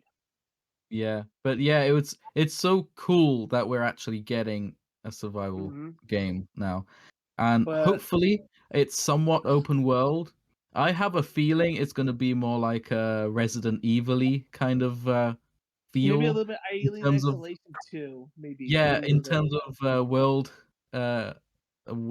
exploration. I hear you can drive cars in it. I think there might be a car mechanic. I'm not so sure. Oh yeah, because they're the same devs as the snow truck thing. I don't remember what it's called. What's it called again? Snow Runner? Yeah, I think that's what it's called. I don't know, but they're also making a Quiet Place game too. So so there's rumors that they're gonna implement a similar driving option. Maybe that could be why it's taking so long, because dinosaurs have to interact with the cars. So well, I think the reason why it's taking so long is because of the whole issue that Saber Interactive had. Yeah, they had I don't know if you guys know about this. You guys probably do, but there was like huge thing going on with Saber Interactive during I think it was April or March, but a lot of people thought the game was gonna get canceled, but luckily it's not getting canceled. So it was there's some sort of something happening in the background with the company management. Yeah, so they probably tried their best to still keep it on track, but then last minute they probably went, no, realistically we can't have this going on. We can't have this release this fast. So so they're probably gonna have to wait for that. Yeah, there's one thing that people seem to be hoping for, and that is it being delayed must mean that they're going to put more work into it. But at the same time, something similar happened with Dominion. Dominion was delayed, wasn't it? Because of COVID and issues and stuff. And people thought because it was delayed that it would have been, made better. Yeah. And we all see how that ended up. Yeah, that was a big. Yeah. I'm curious on how bad Dominion was before it got delayed. Honestly, they had some really cool Dominion ideas. Like there was some ideas they had. I don't know what they were, but they look really cool. Like I think Clayton did a video on it, and probably Dominion was gonna be a lot darker than what we got. Like a lot darker. Instead of Dominion isn't dark at all now, is it? No, it's very you know what? You know what? A lot of people disliked Fallen Kingdom because of the caricatureness of some characters and some aspects of it, like the mustache twirlingness of some characters, like the 25 millions stuff. And Dominion kind of took that and just made a whole film with that. Exactly. Honestly, Fallen Kingdom had a darker tone than Dominion did. But Jurassic World also had Jurassic World was is it the first time in a Jurassic film where we get someone murdering someone on purpose? I think Yes, so. actually, you're right. I think you're right. Yeah. That Fallen Kingdom is the first movie that actually have a human person actually kill another human person. And not Yes, just any sadly. human person, an elderly defenseless. He killed him by using a pillow. That was just cold. He was probably like, pillow fight, and then Oh fuck, he died. Shit. Oh, Let us not forget, sadly, it's the only movie that introduced human hybrids. A topic that I did not expect and did not want in a Jurassic film. Oh yeah, Human hybrid. amazing. Well, then they completely like undid it in Dominion. Oh, I Yeah, know. they It's made it like 10 times she's more not a No, hybrid. wait, She's it was- genetically modified. Blah blah Yeah, blah. it's not human hybrid. Yeah, dude. just- so just- yeah. stupid. They It's just changed a the whole clone. thing. Like Yeah, they in did, Fallen didn't they? Kingdom, I thought in Fallen Kingdom, it looked like Benjamin Lockwood cloned Macy instead of Macy just cloning another Macy. And then yeah. All right, okay. What we discussing about GP Survival again, like the game graphics and stuff? Hopefully the game game I mean, the game graphics look really good. I hope when the game eventually comes out, if it ever comes out, it should come out, hopefully. It's good, it's got a good story, it's got good characters, it has obviously good dinosaur action. It's being delayed to 2026 sucks, because I guess it was supposed to be coming out at the end of this year, so I don't know why it got pushed, but it could be because Saber, I think, went out of business, or they're having some problems, but whenever it comes out, it comes out. Also, there's also a rumor that they're making another Evolution game. I'm just gonna throw my 2 cents there. I think everybody here will agree with me. No, stop. Frontier, stop. We don't need a third. We didn't even need the second. Stop. We don't need another park builder. I can't possibly see something else to do with it. And we just got that one come out. Evolution 2 came out in 2021.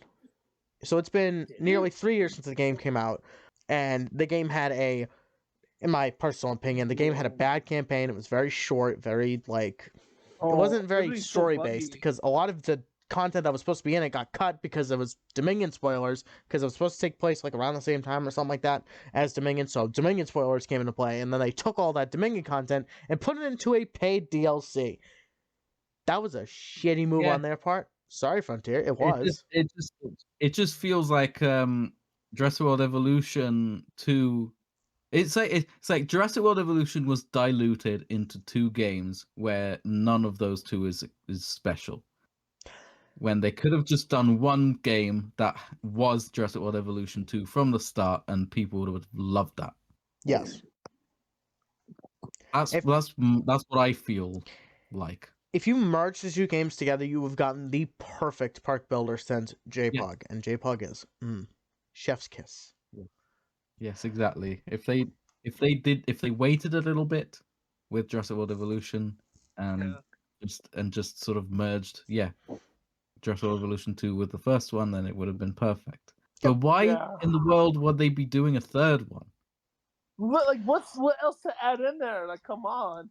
See, that's the thing. I don't know what they could possibly do, but I heard people wanted. We could add Barney in it. Add Barney. Oh my god! I heard there's already mods for wanted, that. I heard people wanted more eras, creatures from different eras in it. Nobody wants like Ice Age animals in the game. People do want it, but 1, there's mods for it, and 2, there's other games. Yeah, exactly. Like the Jurassic World game. No, other games like Prehistoric Kingdom. I don't remember what they're called, but there's other games. Other games. Jurassic Park Builder had like Ice Age animals.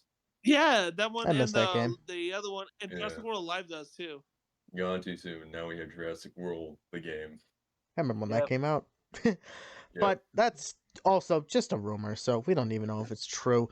There's one thing about the game that I want to bring up, and that is the models. The Raptor models. Oh yeah. So as soon as they released the first trailer, I was like, "Wow, this game looks gorgeous. It looks beautiful." And then the dinosaurs appeared, and I was like, "Oh no!" Why are you using Velociraptor Blue models for the Jurassic Park? I had a bad feeling they were gonna do it. Like, yeah, and it's just to me, I felt like Universal cancelled any kind of fan game like Jurassic Park Aftermath because they could, and that so they could do their own. And when they do it, it's there's nowhere as much love put into it. Yeah. And that's what I felt. And then looking at the Raptor models, I'm like, oh my god, really?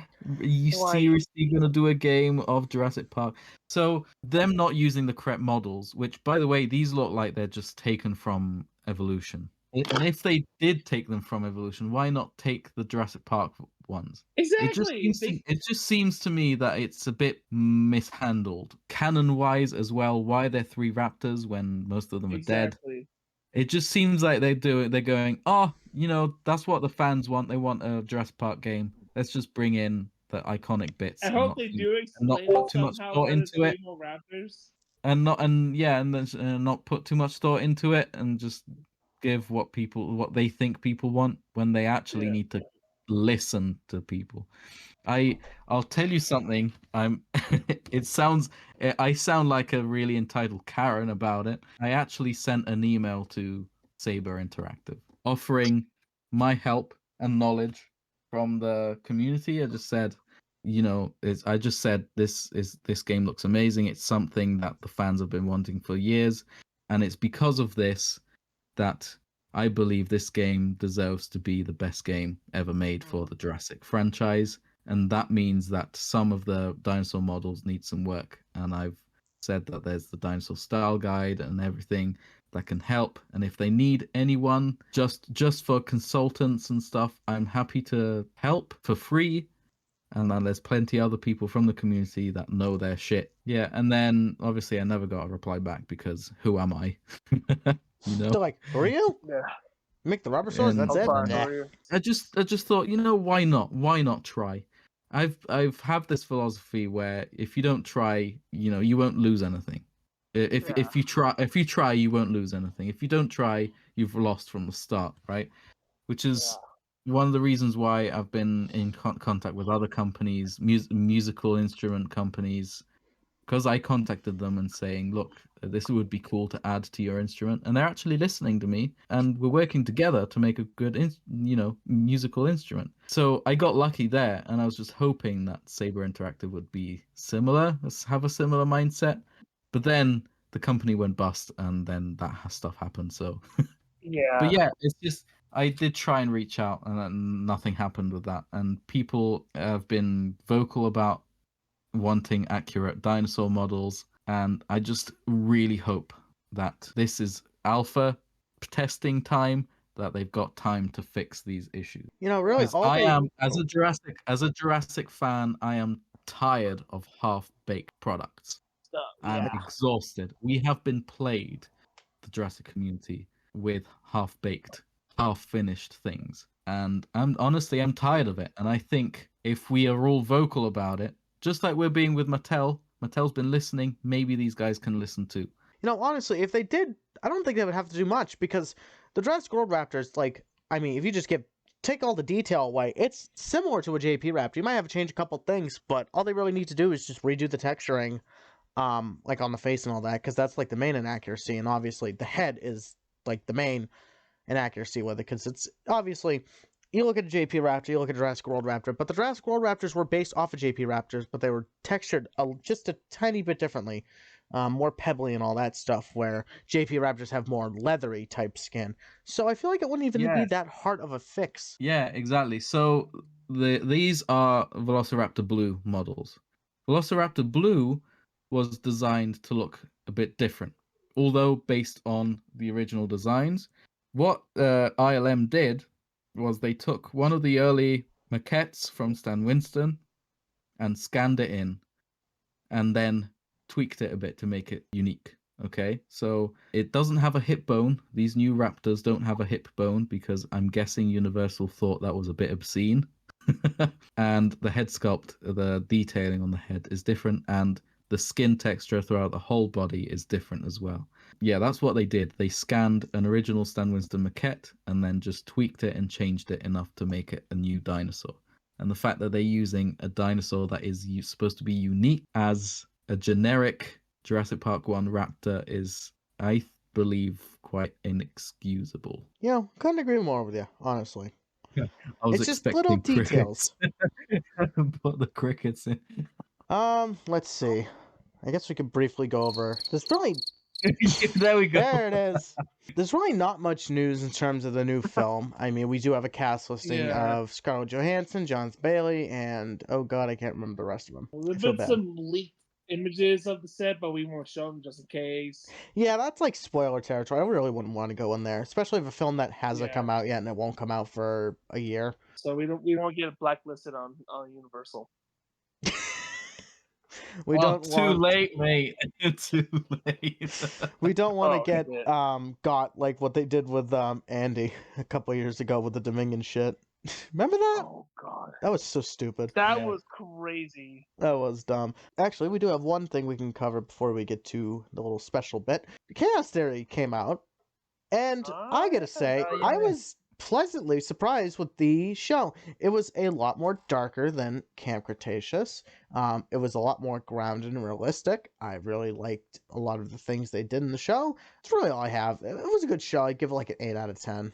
I just kind of want to briefly discuss it without going too much into spoiler territory, just because I know there are probably some people out there who haven't seen it and are waiting to see it, because I know we are getting a second season in the fall.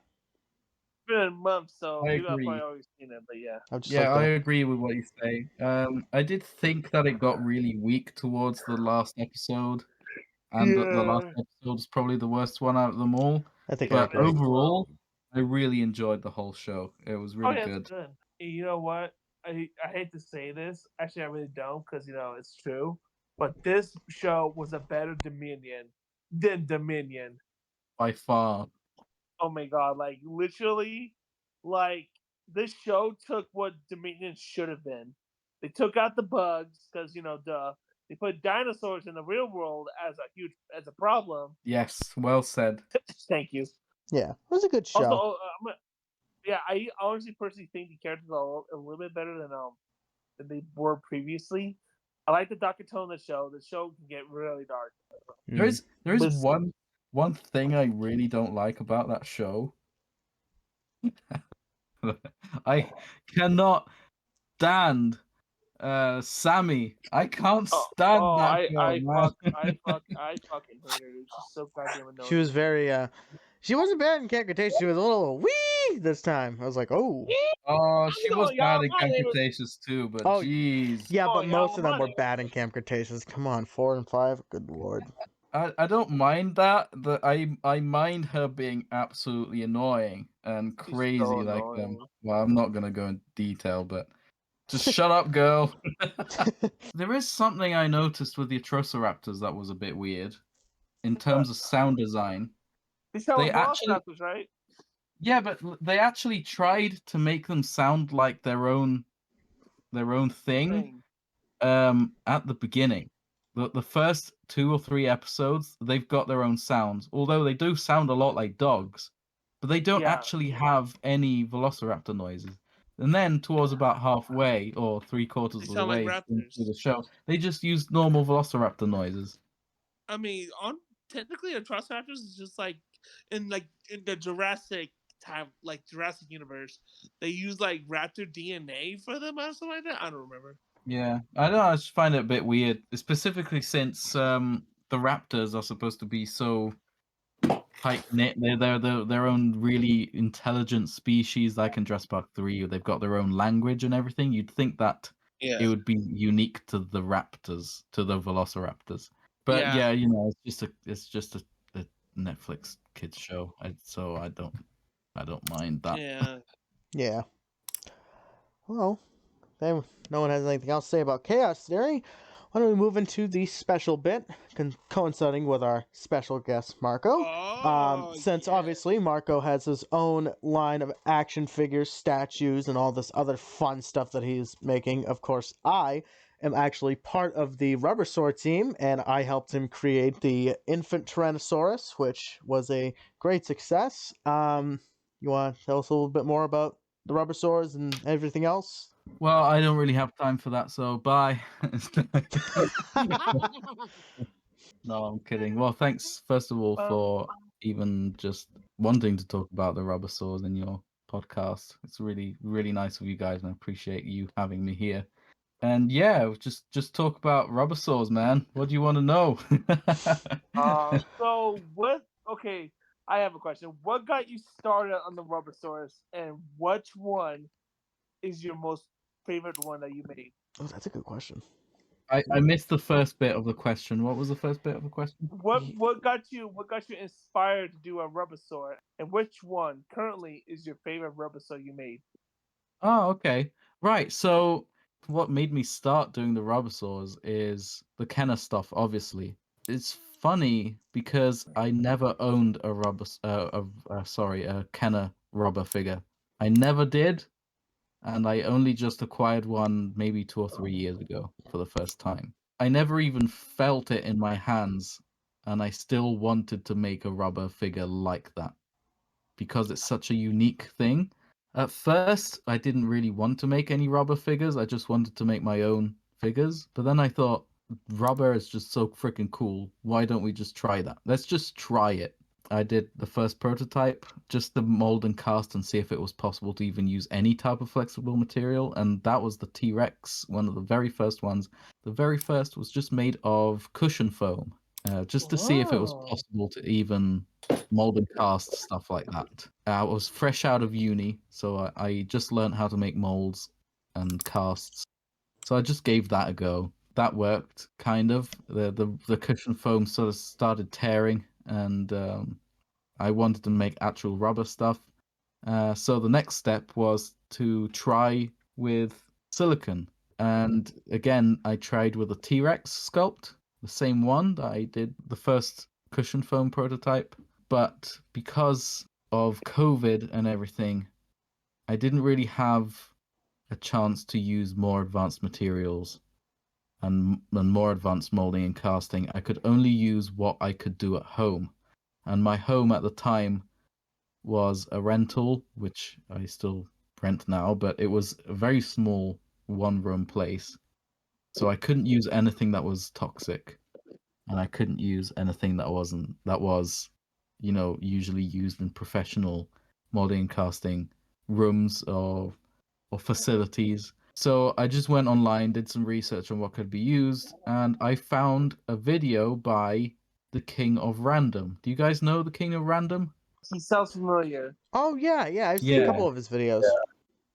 Yeah, and he did this video on this silicon putty mixing cornstarch with silicon cork. So I tried that, and I added some acrylic paint in with the mix, and it worked. And that was the first ever actual Rubbersaur was with that weird silicon cork mix. And I'm just checking if I've got a picture that I could put in the chat for you guys. Yeah, that was the first actual working prototype, and that's what got the Rubbersaurs known. And that was on. I think I did a YouTube video on it. I must have done. I think you did. I remember that. I remember when you made that. Also, there's also a third question I want to ask. I want to ask, how many have you sold? Oh, I don't know. But before we get to that, I'll answer your second question before I forget. And that was what my favorite one is? Yes, your current favorite one that you've made. I don't really have a favorite. I don't particularly like my work because I can just see all the flaws and everything.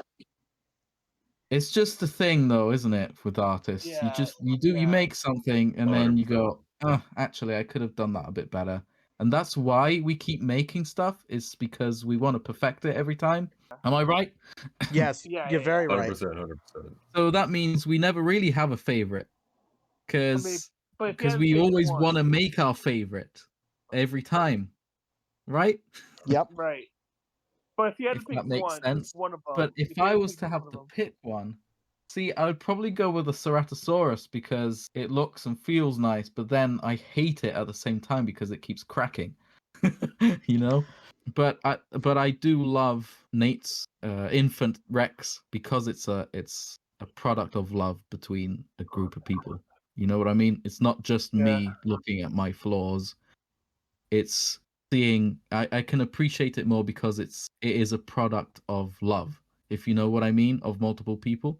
Yes, and there was so much love put into those little babies. We tried to get them right as much as we could. They look amazing. They look really good. We did go through some pretty serious speed bumps, and we overcame them. Yeah, we did. And didn't we? Didn't we? Oh, we did. We did. Do you want to talk about that? I honestly, I would love to talk about the creation of the infant, because that was a very new process to me. I remember you made your post about like, oh, I'm looking for help with the RUBBERSAURS, and I'm like, I've always wanted to do that. I'm like, I would love to work with you on making stuff. I'm like, that would be awesome. And I remember I sent the email out, I think it was Super Bowl Sunday, and I'm like, I'm sure he's getting like thousands of emails. He probably won't see it. He responded to me in like 5 minutes, and I was like, holy shit. And then, we started making it, and I got the infant, because I remember you were like, oh, I'll probably just send you the package to do like a test. And then you're just like, I'm going to send you the infant Tyrannosaur. I'm like, the what now? I'm like, I didn't even know you made that. And you sent it to me, and I printed like a resin prototype, and I thought that was awesome. And then we made the rubber one, and I thought that was awesome. And then before I knew it, granted, this was like 4 months of planning, ordering materials, figuring out what to do, getting everything to print correctly. There's a lot of like first time doing resin rubber and the pigmenting, packaging. This is all stuff I've never done before. This was all new to me. And the way that the whole figure was designed, granted, we did have that issue with the cracking arms and stuff like that. Oh, that is a very nice picture. I'm completely sidetracked. That's a very nice picture of the what's funny, actually? Also, I am still listening, don't worry. It's funny, actually, this is very off topic, but you bring up the silicone caulk and cornstarch video. I've watched that same video, and I made molds out of it. But the one I watched actually used soap. You would put it in cold water. You'd put the caulk in cold water. You'd put dish soap in it. You'd mix up and it'd become like a putty. And you would press something into it, and you can make a mold out of it. So when you thought of that video, I was like, oh, that's the one.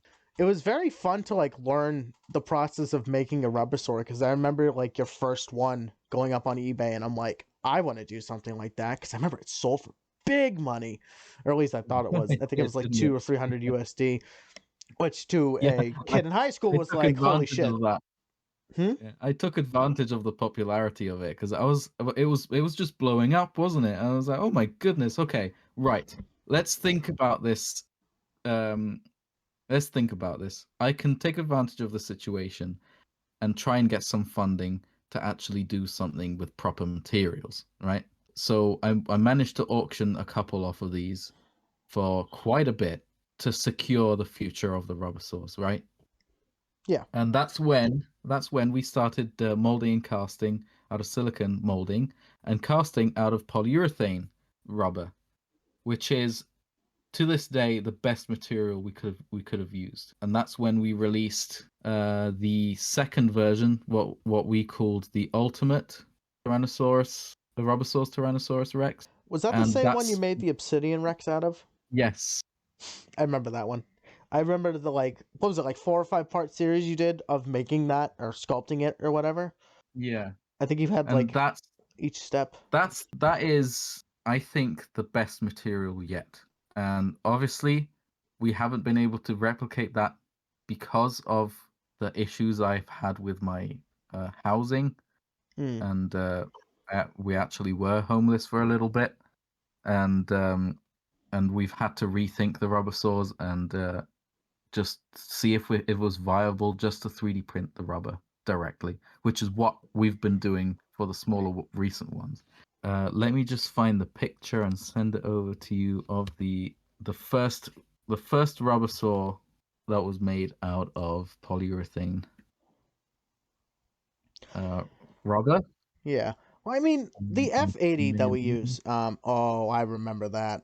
that's bringing back some memories. I remember when you revealed that, everyone's like, "Oh my god, that thing looks awesome!" Still, probably one of the best you've ever made. That one really held up well, and I remember you got Steven Born to do the photography. But I mean, the material we use, it's a shame that because it's resin, it's so brittle still, even though because resin is just brittle at nature. So trying to combat that is just a massive pain because the infants, I mean, this is the only Rubbersaur I've worked on so far. They were going to have arm articulation, but because the rubber was just, I guess there was some weak spot in the arm, it just started cracking, and it eventually made it so where it would start on one side and it made its way all the way to the other side. So it looked like someone took a knife and just slit the chest open. And it wasn't even like between print lines. It was just gash. I mean, you remember. So what we learned from this 3D printed rubber is that it is amazing at flexing. It is the perfect feel for the rubber, like with the Ceratosaurus that I'm holding right now. It feels legit just like a Kenner figure, but it does not do well with continuous flex. So it does perfect if it's just standing still, but as soon as there's a bit of persistent flexibility force, on it, that keeps the material from being bent out of its original shape, then it just cracks after a few days. I remember when we discovered that. It is. Which it is is the a reason shame. why the main reason why we can't add any wire in the body, in the tail for it to be bent and stuff, and that is a massive shame. So, for the future, I want to 3D print with rubber all the smaller Rubbersaurs, and mold and cast all the bigger ones. Once we can find a good workaround. You never know. There Yeah. might be a resin, because it seems like every now and then we get a resin that's like, whoa, like that's new. Yeah, that's pretty we good. do have some plans as well to test out. We want to try some filament materials like PU printed PU, but at the same time, filament printers aren't as the finished printed product isn't as crisp Polished as resin. But again, we'll just need to test things out. We don't want to reveal too much of the making process of this new testing stuff either, because of different reasons. We do have a lot of testing to do, which means delaying things that I wanted to release, like the Ceratosaurus. I've been wanting to release that for quite a while, but we just can't get it right just yet, and it's a shame. The Rubbersaur's Giga. Ooh. Actually, that one has already been molded and cast as well out of polyurethane. So this is pretty much good to go. I can't wait for that one. That one's going to look so good. Wow. But it just needs some tweaking with some of the head parts. Wow. With the jaw articulation. That looks amazing. Beautiful. Love it. And it just needs It just needs a couple of tweaks, but the body is already been cast. And it's going to have a wire in the tail, and this is going to be the next big Rubbersaur. When we get the time to do it and the funds to do it, because it's not cheap, because I'm not printing these, because I don't have the space. If I was to print these and mold them and cast them here where I live, I would just die of intoxication. Because the place where I live is a bed sit. It's not even a studio flat. It's even smaller. So yeah, it's the flat I live in is just a bedroom, and that's it. Well, it's a good thing you have me and Bradley. Shout out to Jurassic Bradley. He's amazing at making Rubbersaurs and just painting stuff in general. He is incredible. Amazing. Love you. I love all of you guys. But yeah, the reason why we can't deliver as quickly is because of that obviously, and two, because when making things, my other mate Alex, the guy that molds and casts the things, and nice. That's actually pretty well photoshopped. Oh my god. He's got a security guard. I might put that in. That's funny. No, Can I actually, ask, am I the security guard? Sure. I'll put security guards for all of us. You were talking about Alex, the other Mulder and caster? Oh yes, thank you. Yeah, Alex, my other mate in the UK that has cast all the bodies for the Rexes and the Giga and stuff. The thing is, he has to post them to me because we live in different parts of the country, and that adds to the cost and it adds to the time. And if something's not right, then I have to give him feedback, and then he has to redo it and then send it again, and that's just a huge waste of time. So yeah, apologies if we haven't been able to make RUBBERSAURS as quickly as I first promised and hoped. Yeah. Anyway, after the release of the Hammond Collection Giga, I want to redo the paint on the RUBBERSAUR Gigas when we eventually make them, to make them a bit nicer, more in line with the Hammond Collection stuff, because that's the new Hammond Collection stuff is way better painted than my RUBBERSAUR Giga. Correct me if I'm wrong, but you made this like pretty much in line with Dominion. Like Dominion was still fresh when you made this, I think. I sculpted it before Dominion even released. That's what I thought. I didn't even have any official material, and I still managed to get the sculpt right. So Mattel doesn't have an excuse. Well, they got it right with the Hammond one. I can't say so much about the mainline one. Yeah. For the foreseeable future, for now, we're just going to be releasing small RUBBERSAURS, and obviously until we get the Giga out, because they're the easier ones to make. They're the ones that I could just send the files to you, and you can print and do it all by yourself. You know? Yeah. Yeah. Get to run my printer like a workhorse. Oh yeah. Oh, that thing went series. On. No, it would be series 3 RUBBERSAURS, wouldn't it? Yeah, there we go. That's the Ceratosaur. I quite like how you've divided everything into series. Like you had series 1 with the original Jurassic Park, series 2 for Lost World, series 3, JP3, and so on. I only noticed that like halfway through the production of Junior. I'm like, oh, this is series 2, and then I saw your Atrociraptor. I'm like, that's series 6. I'm like, Dominion's the 6th film, Lost World's the 2nd. Oh, that makes so much sense. Yeah, the thing about the series thing is that I have to be clever about copyright. I have to be clever about. I can't call the first dinosaurs in the first film dinosaur, or because that's just a dead giveaway of me copying from the film. Oh, yeah. Series 1 makes sense to me, and series 2, and I hope people pick up on that, because I'm quite happy with that choice. Such we'll be able to make the Dominus or the Indoraptor.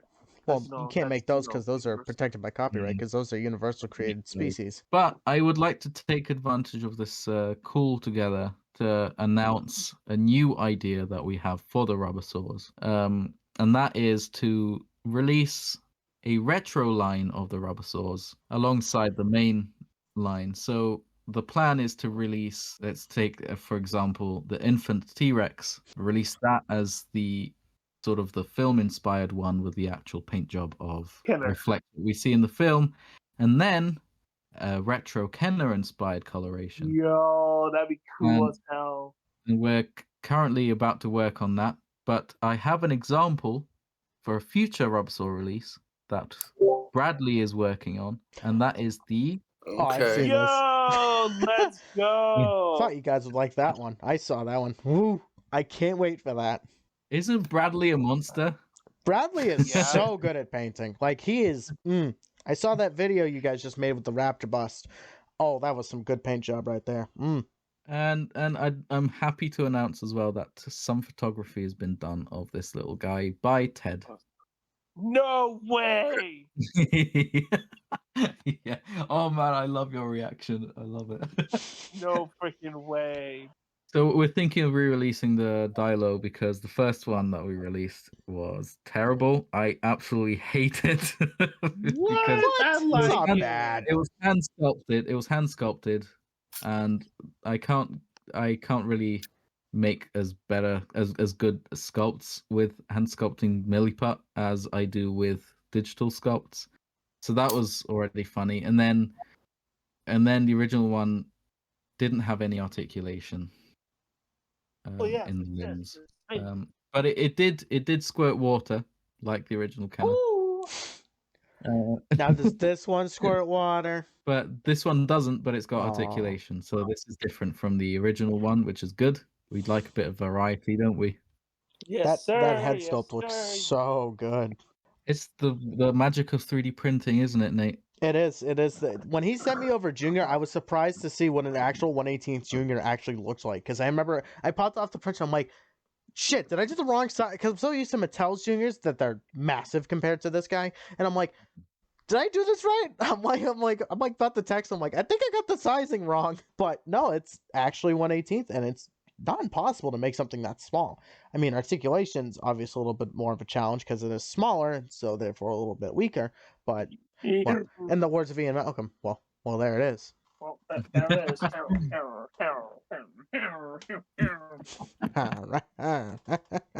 Oh, I love that picture so much of the Packy. Yeah, I love that. Ted's a monster. Also, I should probably put an example of Graham's photography, Cena's Bourne's photography with the compies, because he did those. He did I the love photography his. for those. I love that image so much. Isn't that good? That is so That good. looks so fucking cool. I love the That looks compies, so honestly. fucking cool. I mean, granted, I only own the compies and obviously the infant and a couple other things you've sent me that I cannot share. I love the compies so much. They're so great. Tell me your secret. No, not unless Marco says I can. What secret? You know. Maybe you know. You know we're working on stuff. We're always working on stuff. We're always working on too much stuff. So Marco, I have a question. You gonna you think you can slide your boy Dino Man a free RUBBERSAUR? I'm kidding. A free RUBBERSAUR gets you straight to hell. No, I'm kidding. You have to pay for that, you know. I mean, I'd be happy to give you a free one if Nate makes one. Maybe. Nate. You know, Jacob, I have known you for the better part of 4 years now. I think we can work something out. Got any raptors? If Marco sends me one, I can. dude, Marco, I will put all my time and effort onto a promotional image for you. I swear to God, even though my photos kind of suck sometimes. You're really funny. Thank you. Yeah, I wish I was funny, but I'm wanted by the IRS for some jokes. I'm kidding. Dude, that is look, it's Junior. Wait, is that? Yeah. Oh, that is the one that I made. I'm like, is that the one I made, or was that the prototype you sent me? Marco, No. Marco, you have no idea how bad I want that Buck Rex you made. Oh my god. Oh my god. You know, you have no idea how much I want to make it. Dude, that green. I can't wait to start working on that. The greens you've made on it is just so. So something really special, I think, for you guys to know is that when we eventually make the Buck, it's gonna have to be molded and cast, right? Because it can't be 3D printed. No. Because I can't mold at home because for the reasons why I told you before. Yeah. I have a very good friend that is a molder and caster who has accepted the offer of molding and casting these for the future, and he lives in the UK, and he's very special because he's the one that worked on Dominion. What? And that means that anyone that buys a Buck or a big dinosaur from the Giga onwards means that they're going to have something that will be made by someone that actually worked on a Jurassic Park film. That is awesome. Yeah, it's something special that I can't really advertise much because, you know, you can't really say that. But I think it's something that the die-hard fans should know, and I think it's something really incredible. I mean, how many people can say that? Exactly. No, I can't. I want to, but I can't. That's like the biggest flex ever, dog. Yeah, so as much as I want to flex that, I don't think I can because of having to say Jurassic Park and Jurassic World and whatever. But I think it's really cool that whoever will get the Buck in the future, it's going to be made by someone that actually worked on a Jurassic film. And it's funny though. I'll put a down payment. It's funny though because I was actually in talks to work on Dominion Because I used to. I don't know if you guys knew this, but I worked in the film industry. I worked on a bunch of films. You told us about that. Yeah, and yeah, I was in talks and working on Dominion. I was lined up to work as a trainee or junior modeler, so I'd be doing all some of the props and stuff. But unfortunately, some private stuff happened, and then COVID happened, and I kind of kicking myself for it, but I never got to work on it. But at the same time, I have been told by other people that worked on it that it wasn't a very pleasurable experience at all. Actually, yeah, I heard a lot of shit that happened during the production. Like they had some of the writers left. Yeah, and, well, they had to get David Kip to come back to write a couple of stuff on it. I don't know if you guys knew about that. Well, the thing about the film industry is it's not as fun as maybe it used to be, or it's not as fun as people make it to sound like. It's actually very similar to working in a factory. I think I'll do one last announcement before we leave. Nate and I and Bradley and my mate Alex, we're gonna be releasing some model kits. Oh wow! Ooh. So I don't know if you guys are into model kits or not. We're gonna be releasing some dinosaur model kits based on Jurassic Park, 1/18th scale. Ooh. Do we have a picture? Nate, do you have a picture of the buck? I do actually. I do have a picture. I wonder if I have one of just painted. I've got a picture of Bradley's.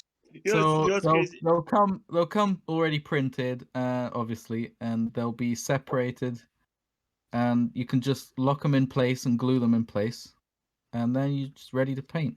So easy peasy. Hopefully people like that. Yeah, see, I thought 150 was a fair price. Then I asked on my Patreon how much they think I should, sell these for, and they said $40. And I'm like, okay, wait, maybe for the models? I can see that. But yeah, but then like, okay, that's a little cheap though, isn't it?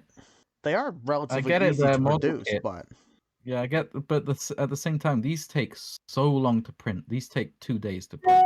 Yeah, they just do. One of them. The body itself takes 16 hours. That's double working yeah, shift. mass produced model kits, $40. Yes, but these are not mass produced.